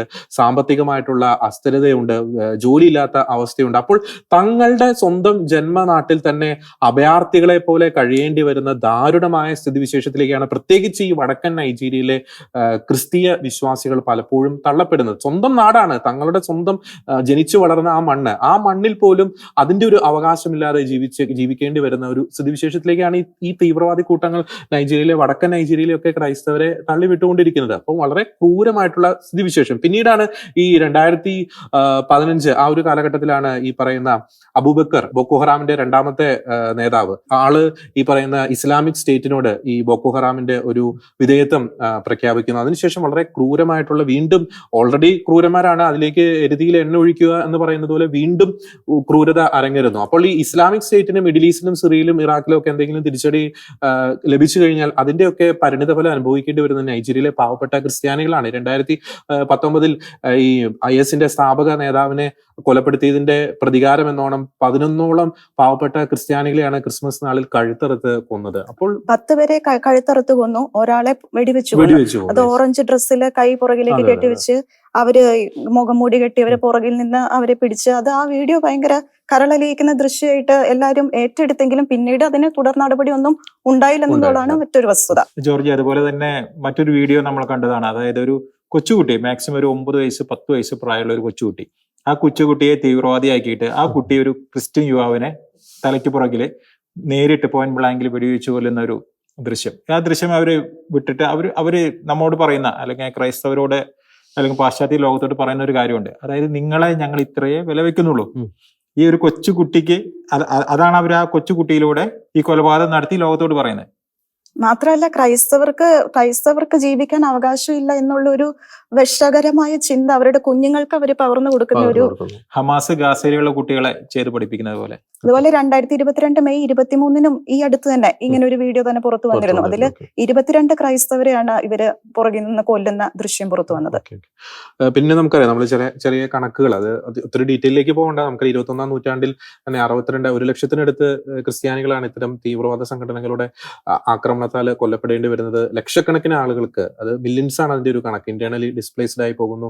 ആയിരക്കണക്കിന് ക്രൈസ്തവ ദേവാലയങ്ങൾ തകർക്കപ്പെടുന്നു, സെമിനാരികൾ തകർക്കപ്പെടുന്നു, നിരവധി വൈദികർക്ക് ജീവൻ നഷ്ടപ്പെടുന്നു, അവർ കിഡ്നാപ്പ് ചെയ്യപ്പെടുന്നു, ഫോഴ്സ്ഫുൾ ആയിട്ടുള്ള ഒത്തിരി കൺവേർഷൻസ് നടക്കുന്നുണ്ട്. 2022 തന്നെ 4 വൈദികര്, കത്തോലിക്ക വൈദികരാണ് കൊല്ലപ്പെട്ടത്. 22ഓളം വൈദികര് കിഡ്നാപ്പ് ചെയ്യപ്പെട്ടു. അതെ. ഈ വർഷം തന്നെ ഫാദർ ഐസക് എന്ന് പറഞ്ഞൊരു വ്യക്തി, അത് ബോക്കോ ഹറാം അല്ല, ഫുലാനി തീവ്രവാദികളുടെ ആക്രമണത്തിൽ അദ്ദേഹം താമസിക്കുന്ന വൈദിക മന്ദിരത്തിൽ നീക്കി ഇരയാക്കപ്പെടുന്നു. അതുമൂലം വെന്ത് മരിക്കുന്ന ഒരു സ്ഥിതിവിശേഷം. അതായത് 2022 തന്നെ 5014 പേര്, ഔദ്യോഗികമായിട്ട് 5014 ക്രിസ്ത്യാനികളെ കൊന്നു എന്നാണ് പറയുന്നത്.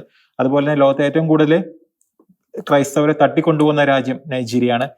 ഏറ്റവും കൂടുതൽ ദേവാലയങ്ങൾ തകർക്കപ്പെടുന്ന രാജ്യം നൈജീരിയയാണ്. ഇതുപോലെ ഒരുപാട് ക്രൈസ്തവരെ സംബന്ധിച്ചിടത്തോളം അവരുടെ ഒരു ശവപ്പറമ്പ് എന്ന് വേണമെങ്കിൽ പറയാം ഇപ്പോഴത്തെ നൈജീരിയയുടെ. അതായത് ക്രൈസ്തവർ എന്ന മുഖമുദ്രയോടെ ജീവിക്കുന്നത് ജീവൻ ഏറ്റവും അപകടമായി മാറിയിരിക്കുന്ന ഒരു സ്ഥലമായി മാറിയിരിക്കുക നൈജീരിയ.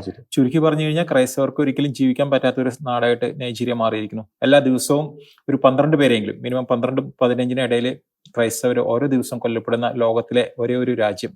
ഉത്തര കൊറിയയിലും ഒരു പക്ഷെ സംഭവിക്കുന്നുണ്ടാകും, പക്ഷെ അത് ലോകം അറിയുന്നില്ല.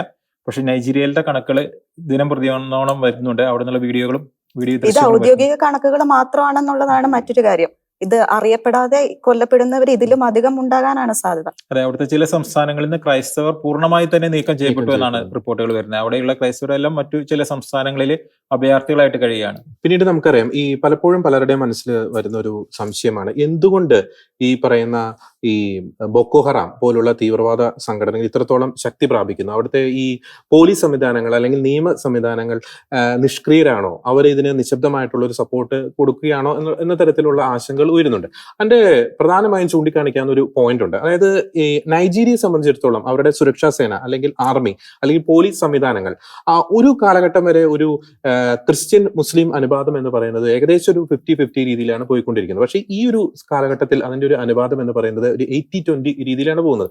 80% മുസ്ലിം ജനവിഭാഗം, 20% ക്രിസ്ത്യൻ ജനവിഭാഗം. എല്ലാ മുസ്ലിം ജനവിഭാഗത്തെ നമുക്ക് കുറ്റപ്പെടുത്താൻ സാധിക്കില്ല. പക്ഷെ അതിന്റെ ഉള്ളിൽ തന്നെ തീവ്രമായിട്ടുള്ള ആശയങ്ങൾ പേറുന്ന ചില സൈനിക ഉദ്യോഗസ്ഥർ അല്ലെങ്കിൽ ആർമി ഉദ്യോഗസ്ഥർ അല്ലെങ്കിൽ പോലീസ് ഉദ്യോഗസ്ഥർ. ഇത് നമുക്ക് കേരളത്തിന്റെ ഇപ്പോഴത്തെ അവസ്ഥ പഠിക്കാവുന്ന കാര്യങ്ങൾ തന്നെയുള്ളൂ. കേരളത്തിലും ഏകദേശം ഈ രീതിയിലോട്ട് കാര്യങ്ങൾ പോയിക്കൊണ്ടിരിക്കുകയാണ്. പല മേഖലകളിലും ചില കടന്നാക്രമണങ്ങളും കൈയടക്കങ്ങളും വന്നു കഴിഞ്ഞിട്ടുണ്ട്. അപ്പൊ ഇത്തരത്തിലാണ് പിന്നെ ബൊക്കോ ഹറാമിന്റെ നമുക്ക് അതിന്റെ ഒരു കൺക്ലൂഷൻ സ്റ്റേജിലേക്ക്, ബൊക്കോ ഹറാമിനെ സംബന്ധിച്ച ഒരു കൺക്ലൂഷൻ സ്റ്റേജിലേക്ക് നമ്മൾ പോയിന്റ് ഔട്ട് ചെയ്യുമ്പോൾ 2015 ഈ ഗ്രൂപ്പിൽ തന്നെ ഒരു കോൺഫ്ലിക്റ്റ് ഉണ്ടാവുന്നുണ്ട്. അതിന്റെ തൽഫലമായിട്ട് Islamic State of West African Province എന്ന് പറഞ്ഞ് ഈ ഗ്രൂപ്പ് സ്പ്ലിറ്റ് ആവുന്നു. ബൊക്കോ ഹറാം ഒരു സൈഡ്, ഈ 2 ഗ്രൂപ്പ്, ഇവർ തമ്മിൽ വലിയ രീതിയിലുള്ള ക്ലാഷസ് നടക്കുന്നുണ്ട്. അതിന്റെയൊക്കെ കോൺഫ്ലിക്റ്റിന്റെ ഇടയിലാണ് ഈ രണ്ടാമത്തെ നേതാവ് അബൂബക്കർ പിന്നെ 2021 കൊല്ലപ്പെടുന്നത്.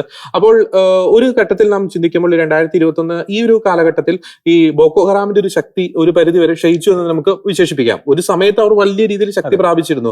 വലിയ രീതിയിലുള്ള പ്രദേശങ്ങൾ അവർ ആയിരക്കണക്കിന് സ്ക്വയർ കിലോമീറ്റർ അവരുടെ അധീനതയിലായിരുന്നു. പക്ഷെ ഇപ്പോൾ അവർ ചെറിയ പോക്കറ്റുകളിൽ അല്ലെങ്കിൽ ചെറിയ വനപ്രദേശങ്ങളിൽ മാത്രമായിട്ട് അവരുടെ ശക്തി പരിമിതപ്പെട്ടിരിക്കുന്നു. നൈജീരിയൻ ഗവൺമെന്റിനെ സംബന്ധിച്ചിടത്തോളം ബൊക്കോ ഹറാം എപ്പോഴും അവർക്കും ഒരു വെല്ലുവിളി തന്നെയായിരുന്നു. കാരണം ബൊക്കോ ഹറാമിന് നൈജീരിയയെ കീഴടക്കുക അല്ലെങ്കിൽ നൈജീരിയയുടെ വടക്കൻ പ്രദേശങ്ങളെ കീഴടക്കി അവിടെ ഇസ്ലാമിക് സ്റ്റേറ്റ് അല്ലെങ്കിൽ സ്വന്തമായിട്ടുള്ള ഒരു സംവിധാനങ്ങൾ രൂപപ്പെടുത്തണം എന്നുള്ള ഒരു ആഗ്രഹമുള്ളവരാണ്. അപ്പൊ അതുകൊണ്ട് തന്നെ നൈജീരിയൻ ഗവൺമെന്റ് അവർക്കെതിരെ യുദ്ധം ചെയ്തിട്ടുണ്ട്.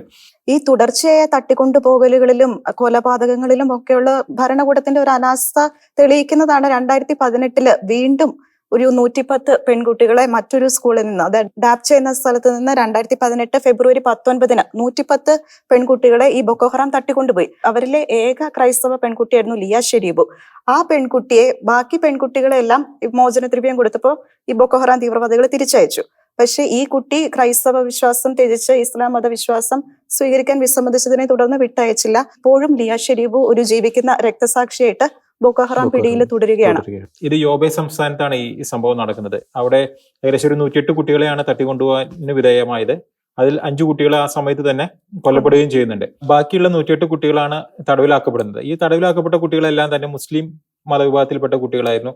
ലിയ ഷെരീബു മാത്രമായിരുന്നു റോസ് നേരത്തെ സൂചിപ്പിച്ചതുപോലെ ഒരു ക്രിസ്ത്യൻ പെൺകുട്ടി.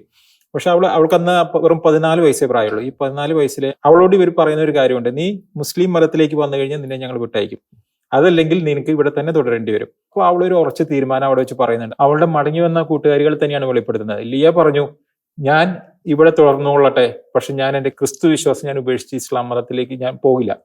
ഒരു തീരുമാനം എടുത്തിട്ട് അവൾ അവിടെ ഇരുന്ന് കരയുകയായിരുന്നു എന്നാ പറയുന്നത്. അത്രയും ആ കരഞ്ഞുകൊണ്ടിരിക്കുന്ന അവസ്ഥയിലാണ് മറ്റു കൂട്ടുകാരികൾ ഇവളെ ഉപേക്ഷിച്ച് അല്ലെങ്കിൽ ഇവളെ വിട്ട് അവർ തിരിച്ച് നാട്ടിലോട്ട് വരുന്നത്. അതിനുശേഷം ഉണ്ടായ കാര്യങ്ങളൊക്കെ വളരെ വിഷമകരമായ കാര്യങ്ങളാണ്. റബേക്ക എന്നാണ് അവളുടെ അമ്മയുടെ പേര്. അമ്മ മുട്ടാത്ത വാതിലുകളില്ല, ബുഹാരിയുടെ അടുത്ത് വരെ പോയി കാര്യങ്ങൾ അവതരിപ്പിച്ചു നോക്കി, അതായത് അന്നത്തെ അവിടുത്തെ പ്രസിഡന്റ്.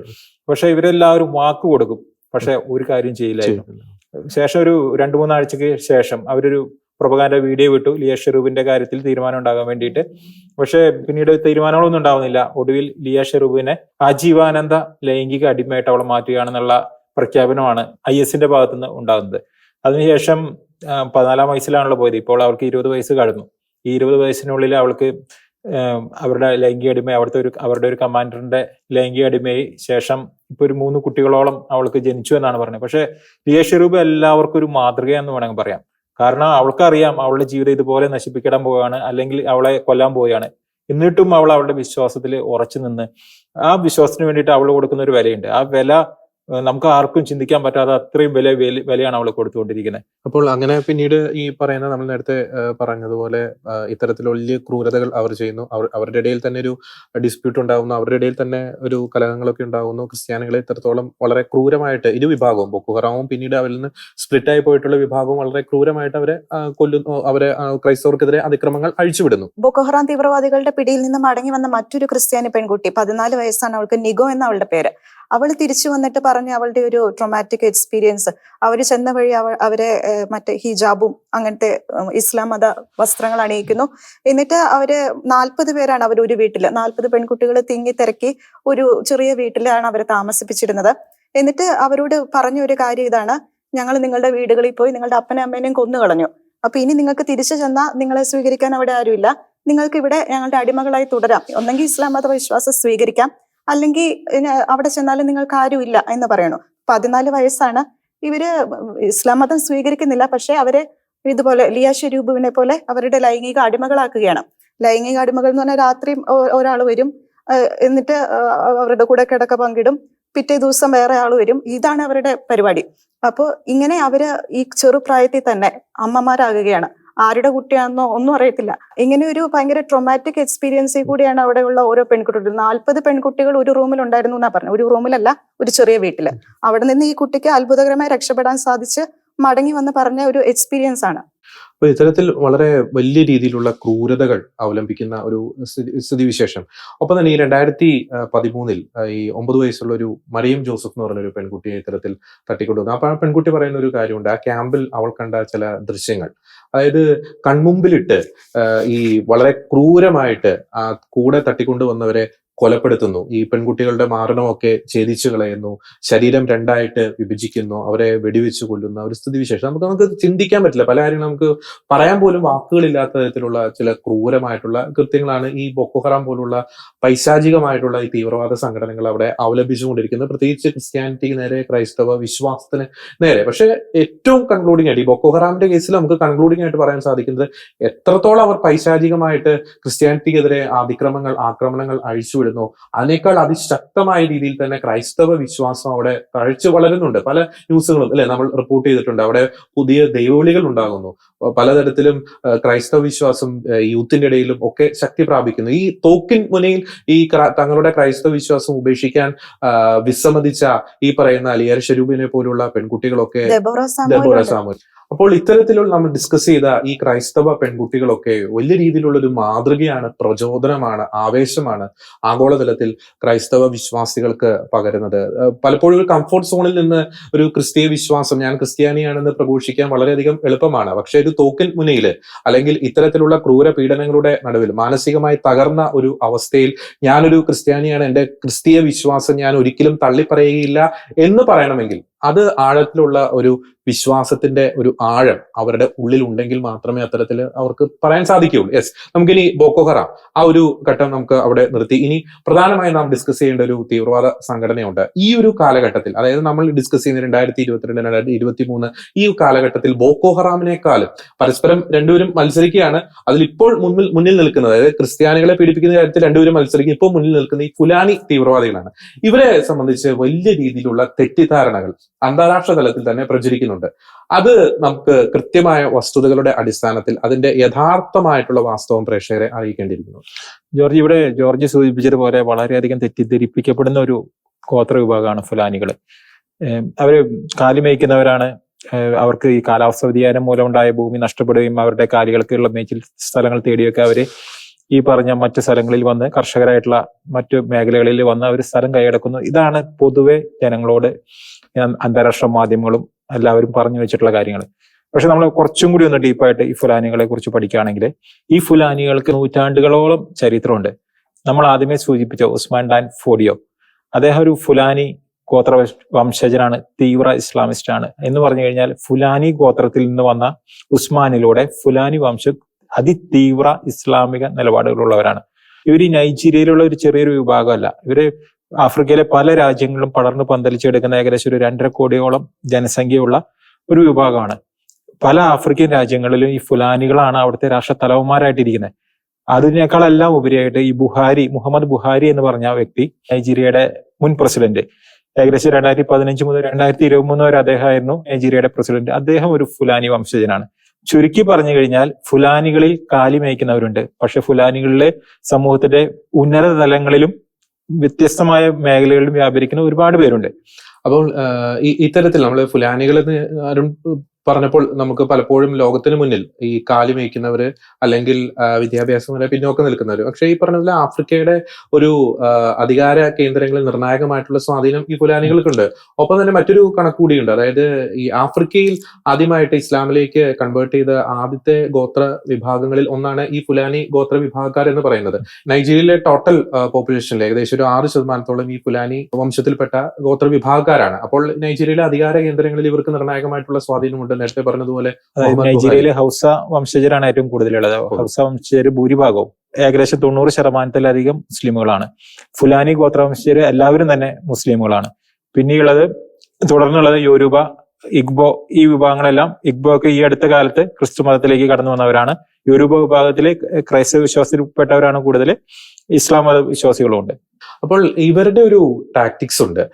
പലപ്പോഴും പല ഘട്ടത്തിലും ഈ ഇസ്ലാമിക തീവ്രവാദികൾ അവലംബിക്കുന്ന ചില കാര്യങ്ങളുണ്ട്. അവർ തങ്ങളുടെ പ്രദേശങ്ങളിലെ മറ്റ് മതവിഭാഗത്തിൽപ്പെട്ടവരുടെ ഏരിയയിലേക്ക് അവർ കടന്നു കയറാൻ വേണ്ടിയിട്ട് ഒന്നെങ്കിൽ നമുക്കറിയാം പണ്ട് കാലത്തിൽ ഈ യുദ്ധത്തിന്റെ മുറ അവർ സ്വീകരിക്കുന്നു. അപ്പോൾ ഈ ഒരു സാഹചര്യത്തിൽ, നൈജീരിയയുടെ ഒരു സാഹചര്യത്തിൽ അവർ സ്വീകരിക്കുന്ന ഒരു കാര്യമുണ്ട്. ഈ കാലാവസ്ഥാ വ്യതിയാനം എന്ന ഒരു മറ സൃഷ്ടിച്ചിട്ടുണ്ട്. അത് വെറും ഒരു മറ മാത്രമാണ്. ഇവർ കന്നുകാലികളെ മേയ്ക്കുന്നവരാണ്. അതുകൊണ്ട് തന്നെ ഈ കന്നുകാലികളെ മേയ്ക്കുന്ന സ്ഥലത്ത് ഈ മരുഭൂമിവൽക്കരണം, ഈ ഗ്ലോബൽ വാർമിങ്ങിന്റെ ഫലമായിട്ട് അത്തരം ഇത് സംഭവിക്കുന്നു. അപ്പോൾ അതിന്റെ ഫലമായിട്ട് ക്രിസ്ത്യാനികൾ ഈ കർഷകരാണ്. അപ്പോൾ കാർഷിക മേഖലയിലേക്ക് വരുന്ന അവരുടെ ഏരിയ ചുരുങ്ങുന്നു, അതായത് ഫുലാനികളുടെ ഏരിയ ചുരുങ്ങുന്നു എന്ന വ്യാജമായിട്ടുള്ള ഒരു മറ സൃഷ്ടിച്ചുകൊണ്ടാണ് ഇവർ സെൻട്രൽ പീഠഭൂമി, അതായത് നൈജീരിയൽ സെൻട്രൽ പീഠഭൂമി, അതായത് സദേൺ ഏരിയയിലേക്ക് ക്രിസ്ത്യൻസ് ആണ്. അപ്പോൾ അവിടേക്കാണ് ഇവരുടെ ഒരു അറ്റാക്സ് ആരംഭിക്കുന്നത്. അപ്പോൾ ഒരു കാര്യം പ്രത്യേകം ശ്രദ്ധിക്കുക, ഇവർ ഈ നോർത്തേൺ ഏരിയയിലെ ഈ ഇസ്ലാം മത വിശ്വാസികളായിട്ടുള്ള അവരുടെ ഈ കാർഷിക ഭൂമികളൊന്നും ആക്രമിക്കുന്നില്ല. ഇവർക്ക് വേണ്ടത്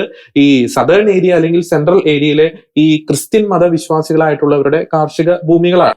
ജോർജ് പറഞ്ഞത് വളരെ ശരിയാണ്. ഈ നോർത്തേൺ നൈജീരിയയിലാണുള്ള ഈ ഫുലാനികളുള്ളത്. ഏകദേശം 6% ഫുലാനികളും അതുപോലെ തന്നെ ഈ 32% മുസ്ലിം ഹൗസ വിഭാഗക്കാരുള്ള സ്ഥലത്താണ് ഇവര് താമസിക്കുന്നത്. അപ്പോൾ അവിടെ നോർത്തേൺ നൈജീരിയയുടെ ഭാഗങ്ങൾ നമ്മൾ നോക്കുകയാണെങ്കിൽ അവിടെ ഒരുപാട് മുസ്ലിം കർഷകരുടെ ഒരു ഏരിയയും കൂടിയാണ് ഈ നോർത്ത് നൈജീരിയ എന്ന് പറഞ്ഞു കഴിഞ്ഞാൽ. ഈ മുസ്ലിം കർഷകരുടെ ഒരു ഏരിയയിലോട്ടും ഇവർ പോകുന്നില്ല. എന്തുകൊണ്ട് ഇവർ പോകുന്നില്ല എന്നുള്ളതാണ് വലിയൊരു ചോദ്യം. ഇവർ പോകുന്നത് സെൻട്രൽ ഏരിയയിലേക്കാണ്. സെൻട്രൽ ഏരിയയിലുള്ള ക്രിസ്ത്യൻ കർഷകരുടെ ഏരിയയിലേക്കാണ് പോകുന്നത്. പൊതുവെ എല്ലാവരും പറയുന്നത് ഇത് കർഷകരും ഈ പശുപാലകരും തമ്മിലുള്ള ഒരു യുദ്ധമാണെന്നാണ് പറയുന്നത്. ഇവിടെ കർഷകർ യുദ്ധം ചെയ്യുന്നു. ഈ കർഷകർ ഉറങ്ങിക്കിടക്കുമ്പോൾ അവരുടെ വീടുകളിൽ അവര് കുടുംബമായിട്ട് കിടക്കുന്ന സമയത്ത് ഈ ഫുലാനികൾ വന്ന് ആ ദേശം മുഴുവൻ ആക്രമിക്കുന്നു, വെടിവെക്കുന്നു, അവിടുത്തെ സ്ത്രീകളെ പിടിച്ചുകൊണ്ടുപോകുന്നു, അവരെ ബലാത്സംഗം ചെയ്യുന്നു, ഈ വീടുകൾ കത്തിക്കുന്നു, ഇവരെല്ലാവരെയും അവിടെ നിന്ന് ആട്ടി ഓടിക്കുന്നു. ഒരുപാട് മരണങ്ങൾ ഉണ്ടാവുന്നു, ബാക്കിയുള്ളവർ അവരുടെ ജീവനം കൊണ്ട് രക്ഷപ്പെടുന്നു. ഇതാണോ യുദ്ധം? ഈ യുദ്ധമാണ് നടന്നുകൊണ്ടിരിക്കുന്നത്. ഈ യുദ്ധം ഒരിക്കലും നോർത്തേൺ മേഖലയിൽ നടക്കുന്നില്ല. അപ്പൊ ഇതിനെ എങ്ങനെയാണ് നമുക്ക് ഇതിനെ ഒരു കർഷകരും അല്ലെങ്കിൽ പശുപാലകരും തമ്മിലുള്ള അല്ലെങ്കിൽ കാലിമേയ്ക്കുന്നവരും തമ്മിലുള്ള ഒരു യുദ്ധമാണെന്ന് പറയുന്നത്? ഒരു ആക്രമണവും ക്രിസ്ത്യൻ ഭാഗത്തുനിന്ന് അല്ലെങ്കിൽ ക്രിസ്ത്യൻ കർഷകരുടെ ഭാഗത്തുനിന്ന് അവരുടെ ആയുധങ്ങൾ പോലുമില്ല. ഇവരുടെ കയ്യിലാണ് AK-47 അടക്കമുള്ള ആയുധങ്ങളാണ് ഈ കാലി മേയ്ക്കുന്നവരുടെ കയ്യിൽ വരുന്നത്. ഈ കാലി മേയ്ക്കുന്നവരുടെ കയ്യിൽ എങ്ങനെയാണ് ഈ ആയുധം വരുന്നത് ആരെങ്കിലും ചിന്തിച്ചിട്ടുണ്ടോ? കാരണം ഇവരെ മോട്ടിവേറ്റ് ചെയ്യുന്ന മറ്റൊരു ശക്തി, അതായത് ഉത്തര നൈജീരിയയിലുള്ള തീവ്ര ഇസ്ലാമിക നേതൃത്വങ്ങള്, അവരുടെ ഭരണ സംവിധാനങ്ങൾ, അവരാണ് ഇവർക്ക് ആയുധങ്ങൾ കൊടുക്കുന്നത്. അവരാണ് ഏതെല്ലാം സ്ഥലങ്ങളിലാണ് ഇവർക്ക് ആക്രമിക്കേണ്ടത് എന്നുള്ള കാര്യങ്ങൾ പറഞ്ഞു കൊടുക്കുന്നത്. ഇവരുടെ കൈകളിലെല്ലാം ഈ സെൻട്രൽ ഏരിയകളുടെ എല്ലാം മാപ്പുകളുണ്ട്. ആ മാപ്പിൽ കൃത്യമായിട്ട് ക്രിസ്ത്യൻ ഏരിയ ഏതാണെന്നുള്ളത് അവർ കൃത്യമായിട്ട് ഐഡന്റിഫൈ ചെയ്ത് അതിനുശേഷമാണ് ഇവർ ആക്രമണത്തിന് വരുന്നത്.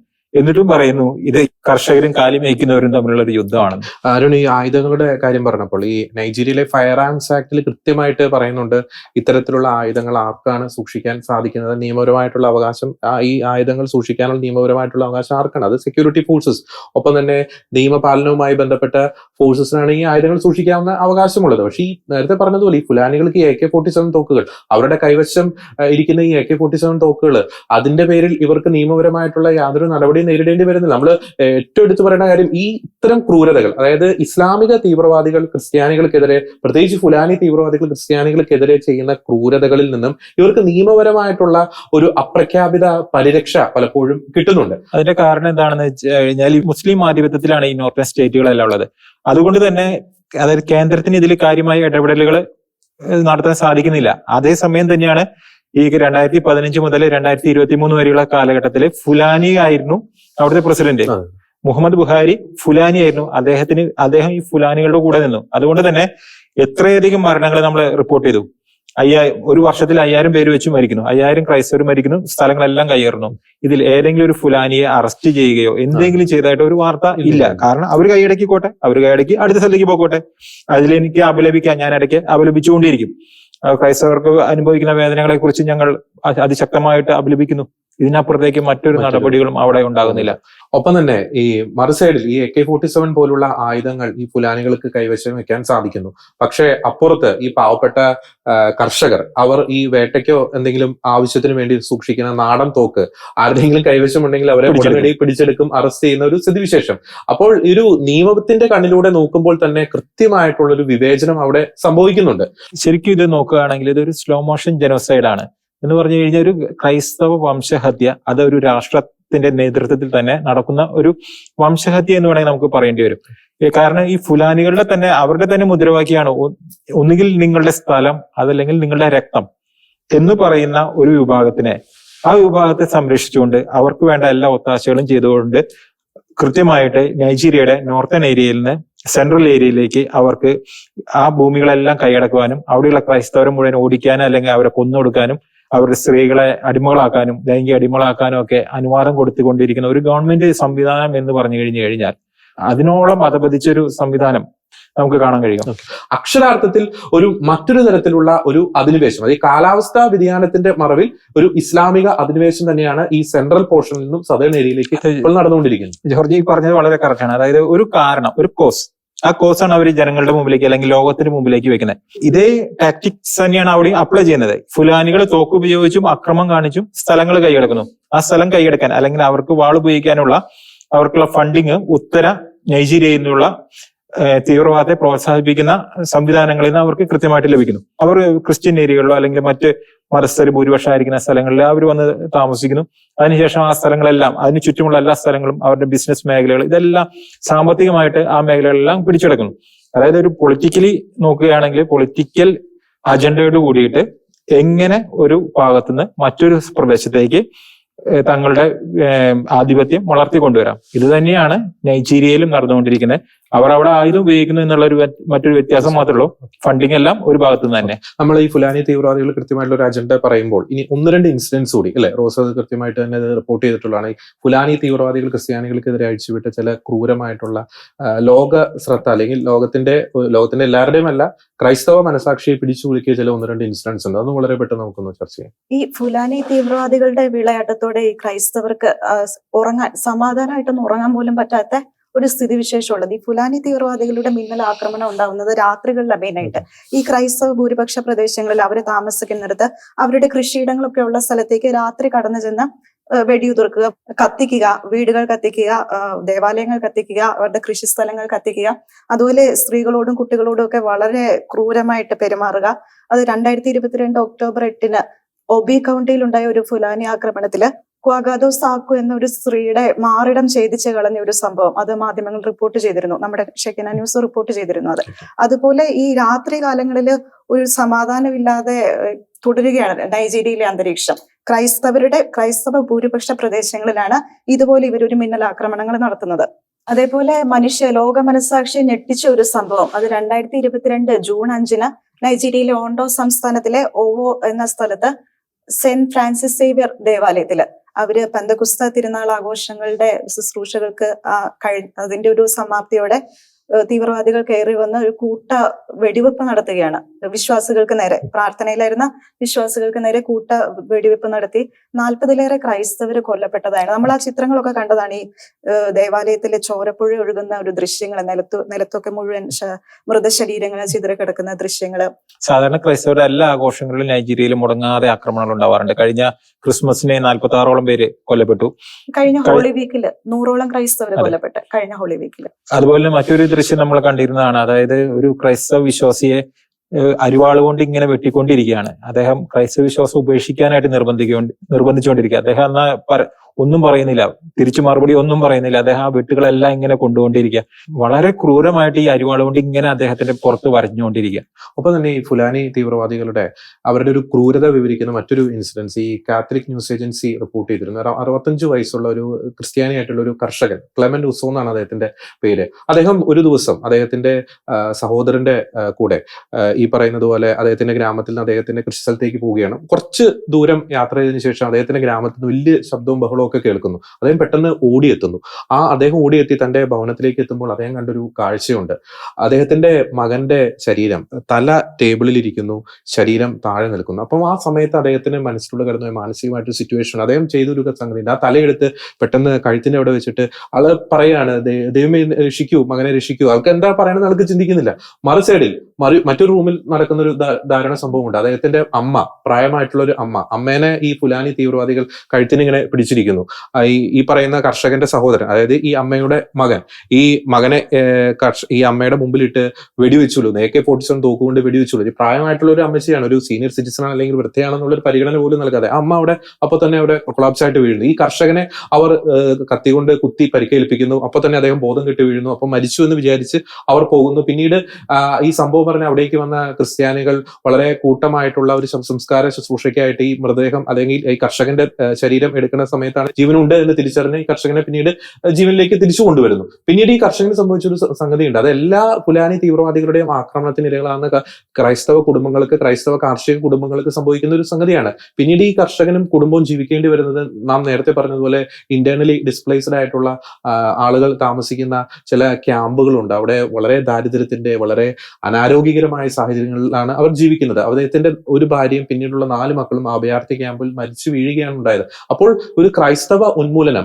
ക്രൈസ്തവ അസ്തിത്വം ഇല്ലാതാക്കുക, ക്രൈസ്തവ വംശഹത്യ, ഒരു കുടുംബത്തിന്റെ വേര് തന്നെ അറുത്തുമാറ്റി തങ്ങളുടെ ആധിപത്യം ആ മേഖലകളിൽ സ്ഥാപിക്കുന്ന ഒരു സ്ഥിതിവിശേഷം. ഇതിൽ എന്ത് കാലാവസ്ഥാ വ്യതിയാനമാണ്? നേരത്തെ ഈ ഹോളി വീക്കിന്റെ കേസ് പറഞ്ഞു. ഈ ഹോളി വീക്കും കാലാവസ്ഥാ വ്യതിയാനം തമ്മിൽ എന്താണ് ഒരു ബന്ധം എന്നാണ് എനിക്ക് മനസ്സിലാവാത്തത്. കാരണം ഈ ഹോളി വീക്കിൽ തന്നെ ക്രൈസ്തവർക്കെതിരെ ആക്രമണം നടത്തുക, അത് പറയുന്ന കാലാവസ്ഥാ വ്യതിയാനത്തിന്റെ പേരില്ല. ഇത് തമ്മിൽ എന്താണ്? അതൊക്കെ ചുമ്മാ ഒരു വിരോധാഭാസം, ഇവരുടെ ആക്രമണത്തിന് മറ തീർക്കുവാൻ വേണ്ടിയിട്ട് ചില മാധ്യമങ്ങളെ കൂട്ടുപിടിച്ച് അവർ പ്രചരിപ്പിക്കുന്ന, അതായത് തീവ്ര ഇസ്ലാമിക വികാരം യുവാക്കളിലേക്ക് ഇൻജെക്ട് ചെയ്ത് അവരെ അതിന്റെ ഉപകരണങ്ങളാക്കി ചിലർ അവരുടെ ലക്ഷ്യങ്ങൾ നടപ്പിൽ വരുത്തുവാനായിട്ട് ലോകത്തിന്റെ വിവിധ ഭാഗങ്ങളിലെ വിവിധ രൂപത്തിൽ വിവിധ ടാക്ടിക്സ് ഉപയോഗിച്ച്, അത് ഓരോ സ്ഥലങ്ങളുടെയും പ്രദേശങ്ങളുടെയും അവിടുത്തെ ഭൂരിപക്ഷ ജനവിഭാഗം അല്ലെങ്കിൽ ഏത് വിഭാഗമാണ് ഭൂരിപക്ഷം അല്ലെങ്കിൽ ആരാണ് ന്യൂനപക്ഷം, ഇതൊക്കെ അനുസരിച്ച് ഈ ടാക്ടിക്കുകളെല്ലാം വ്യത്യസ്തമാണ്.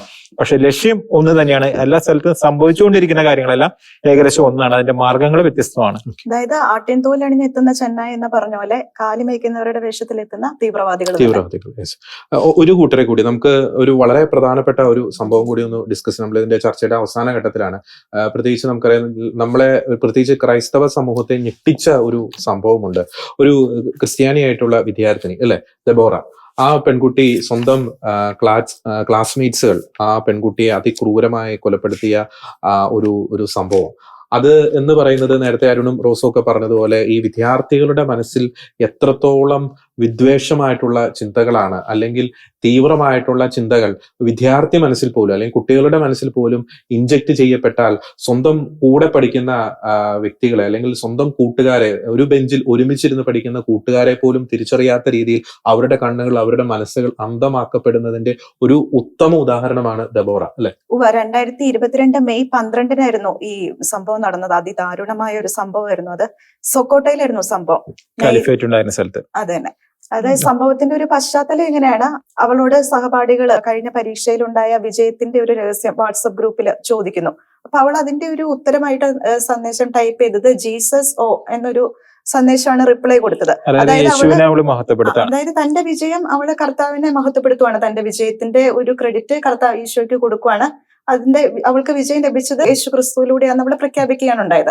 അപ്പൊ ആ ഒരു മെസ്സേജ് അവളുടെ സഹപാഠികളെ ചൊടിപ്പിക്കുക ചെയ്തത്. അപ്പൊ ആ ഒരു മെസ്സേജ് പിൻവലിക്കാൻ അല്ലെങ്കിൽ അത് മാറ്റി എഴുതാനായിട്ട് ഈ സഹപാഠികളുടെ ഒരു സമ്മർദ്ദം അവൾക്കുണ്ടാവുകയാണ്.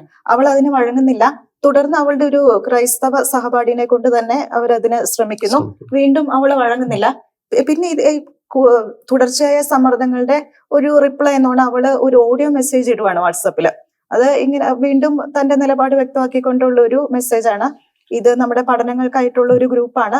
ഇതിൽ ഈ വക കാര്യങ്ങളുടെ പേരിൽ ഒരു വഴക്ക് വേണ്ട എന്നുള്ള അർത്ഥം വരുന്ന മെസ്സേജ് അവള് റിപ്ലൈ പറഞ്ഞ വാക്കുകൾ ഇങ്ങനെയാണ്. തലേ ദിവസം വരെ ദെബോറയുടെ സ്വന്തം കൂട്ടുകാരായിരുന്ന അവിടുത്തെ യുവാക്കളെ, ആ ക്ലാസ്സിലെ കുട്ടികളെ പ്രകോപിപ്പിച്ച ദെബോറയുടെ വോയിസ് നോട്ട് ഏകദേശം ഇങ്ങനെയായിരുന്നു. അതായത് പരിശുദ്ധാത്മാവിന്റെ തീ, എനിക്കൊന്നും സംഭവിക്കില്ല. പക്ഷെ ഈ ഗ്രൂപ്പ്, ഈ വാട്സാപ്പ് ഗ്രൂപ്പ്, നമ്മൾ ഈ ഗ്രൂപ്പ് ഉണ്ടാക്കിയിരിക്കുന്നത് പഠനപരമായ കാര്യങ്ങൾക്ക് വേണ്ടിയിട്ടാണ്. ക്ലാസ് ടെസ്റ്റും അസൈൻമെന്റുമായിട്ട് ബന്ധപ്പെട്ട കാര്യങ്ങൾ അതിൽ പോസ്റ്റ് ചെയ്യുന്നതിന് വേണ്ടിയിട്ടാണ്. പക്ഷെ ഇത് മതപരമായ കാര്യങ്ങൾക്ക് ഉപയോഗിക്കാനുള്ള ഗ്രൂപ്പ് അല്ല, ഇതുപോലെയുള്ള മതപരമായ മാലിന്യങ്ങൾ അല്ല ഇതിലിടേണ്ടത് എന്ന് അവളുടെ വോയിസ് നോട്ടിൽ വന്നു. ഇത് വളരെയധികം പ്രൊവോക്കേഷനാണ് അവർക്കുണ്ടാക്കിയത്. അവരുടെ അതോടുകൂടി ഈ ദെബോറ എന്നുള്ളത് തങ്ങളുടെ കൂട്ടുകാരിയാണ് അല്ലെങ്കിൽ തങ്ങളുടെ ക്ലാസ്മേറ്റ് ആണ് എന്ന കാര്യങ്ങളൊക്കെ അവിടെ വെച്ച് തന്നെ നിന്നു. അവൾ പിന്നെ മതനിന്ദാ പ്രകാരം കൊല ചെയ്യപ്പെടേണ്ട ഒരു വിദ്യാർത്ഥിയാണ് എന്നൊരു തീരുമാനത്തിലേക്ക് അവർ വരികയാണ്. കർത്താവിന് മഹത്വം നൽകിക്കൊണ്ടുള്ള അവളുടെ ആ നിലപാടിന് മാറ്റം ഇല്ലെന്ന് കണ്ട്, അവരുടെ ഭീഷണികൾക്ക് അവൾ വഴങ്ങുന്നില്ലെന്ന് കണ്ട്, ആ ഡോർമെട്രി വെച്ച് തന്നെ അവളെ മർദ്ദിക്കാനും ഉപദ്രവിക്കാനും ഒക്കെ ആരംഭിക്കുകയാണ്. അവിടെ തന്നെയുള്ള അവളുടെ കൂട്ടുകാരികളും കോളേജ് മാനേജ്മെന്റിലുള്ള ചിലരൊക്കെ അവളെ രക്ഷിക്കാൻ വേണ്ടിയിട്ട് സേഫ് സോണിലേക്ക് മാറ്റുന്നുണ്ട്. അവളെ അവിടെ പൂട്ടിയിടുക ചെയ്യുന്ന ഒരു റൂമില്. അപ്പൊ അപ്പോഴേക്കും അവളുടെ തല പൊട്ടി രക്തമൊക്കെ ഒഴുകുന്നുണ്ടായിരുന്നു. എന്നിട്ട് അവിടെ ഒരു സുരക്ഷാ ജീവനക്കാരനെ കാവല് നിർത്തുകയാണ് ചെയ്തത്. അപ്പൊ പിന്നെ ഈ കോപാക്രാന്തരായിട്ട് എത്തിയ ബാക്കി കുറെ പേര് കൂട്ടം കൂടി.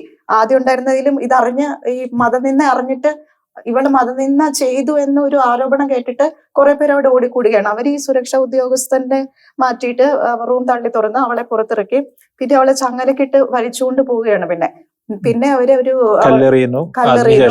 പിന്നെ അവളെ വലിച്ചുകൊണ്ടുപോയി ഈ ടയറുകളൊക്കെ കൂട്ടിയിട്ടിട്ട് ഇന്ധനം ഒഴിച്ച് അവളെ വളരെ ദയനീയമായിട്ട് ചുട്ടിരിക്കുകയാണ് ചെയ്യുന്നത്. ഈ കൊല്ലപ്പെടുന്ന സമയത്ത് ദെബോറ പറയുന്ന ഒരു വാക്കുണ്ട്, നിങ്ങൾ ഇത് ചെയ്തതുകൊണ്ട് എന്ത് ലക്ഷ്യമാണ് നിങ്ങൾ നേടിയത്? ഇത് അവളുടെ കൂട്ടുകാരിയായ റാക്കിയ എന്ന് പറഞ്ഞ പെൺകുട്ടി അവൾ കേട്ട കാര്യമാണ്. ഈ ദെബോറയെ ചുട്ടിരിച്ച് ഒരു ചാരകൂമ്പാരം എന്ന് തന്നെ പറയാം. നമുക്ക് ആ ദൃശ്യങ്ങളിൽ കാണാൻ പറ്റും. ഒരു കറുത്ത ഒരു ഷേപ്പിൽ മാത്രം ഒരു മനുഷ്യ ശരീരം അങ്ങനെ കിടക്കുന്നു. എന്നിട്ടും അവരുടെ ആ കോപം അടങ്ങുന്നില്ല. പിന്നെ അവര് തൊട്ടടുത്തുള്ള ഹോളി ഫാമിലി കത്തീഡ്രൽ ആക്രമിച്ചു. ഒരു സെന്റ് കെവിൻ കാത്തലിക് ചർച്ച് അത് അഗ്നിക്കിരയാക്കി. വീണ്ടും അവരുടെ ആ ആക്രമണം, അവരുടെ ദേഷ്യം തീരുന്നില്ല. എന്തിന്? ഈ മതനിന്ദ നടത്തിയെന്നാരും. മതനിന്ദ എന്തായിരുന്നു? കർത്താവിനെ മഹത്വപ്പെടുത്തി. ഈ മറ്റൊരു ചെറിയൊരു ഗ്രൂപ്പിനെ കൂടി ഒന്ന് പരാമർശിക്കേണ്ടിയിരിക്കും. എങ്കിൽ മാത്രമേ നൈജീരിയയിലെ ക്രൈസ്തവ വംശഹത്യയുടെ ഒരു ചരിത്രം അല്ലെങ്കിൽ അതിന്റെ ഒരു ചിത്രം നമുക്ക് കൃത്യമായി തന്നെ അവതരിപ്പിക്കാൻ സാധിക്കില്ല. ഈ ബെൻഡിറ്റ്സ് എന്ന് പറയുന്ന ഒരു കൂട്ടമുണ്ട്. പ്രത്യേകിച്ച് ഈ പ്രധാനപ്പെട്ട ദേശീയ പാതകളിലൊക്കെ സഞ്ചരിക്കുന്ന ക്രൈസ്തവരെ തട്ടിക്കൊണ്ടുപോകുന്നു. പിന്നീട് അവർക്ക് മോചനദ്രവ്യം, അവരെ മോചിപ്പിക്കുവാൻ മോചനദ്രവ്യം ആവശ്യപ്പെടുന്നു. ഈ മോചനദ്രവ്യം പിന്നെ പോകുന്നത് ഈ ബോക്കോ ഹറാം അല്ലെങ്കിൽ ഫുലാനി തീവ്രവാദികളുടെ കൈകളിലേക്കാണ്. അപ്പോൾ ഇത്തരത്തിലാണ് നൈജീരിയയിലെ ഒരു സിറ്റുവേഷൻ മുൻപോട്ട് പോയിക്കൊണ്ടിരിക്കുന്നത്. പലരും ഈ കാലഘട്ടത്തിൽ നമ്മൾ ഇസ്രായേൽ ഹമാസ് വാറിന്റെ ഒക്കെ ഒരു സാഹചര്യത്തിൽ പലരും ചിന്തിക്കുന്നു ഈ ഗാസയിലാണ് ജനങ്ങൾ ഏറ്റവും കൂടുതൽ പീഡിപ്പിക്കപ്പെടുന്നത്. പക്ഷേ അതിനേക്കാളും ഒക്കെ 100 ഇരട്ടി അല്ലെങ്കിൽ 1000 ഇരട്ടി എന്ന് തന്നെ നമുക്ക് വിശേഷിപ്പിക്കാൻ സാധിക്കും. വളരെ ക്രൂരമായ പീഡനങ്ങളിലൂടെയൊക്കെ കടന്നു പോകുന്ന നൈജീരിയൻ ജനതയെ അല്ലെങ്കിൽ അവരുടെ മുമ്പിൽ അല്ലെങ്കിൽ അവരുടെ പീഡനങ്ങൾക്ക് നേർക്ക് ഈ മാധ്യമങ്ങളുടെ മൈക്കോ അല്ലെങ്കിൽ ക്യാമറകളോ ഒന്നും പലപ്പോഴും തിരിയപ്പെടുന്നില്ല.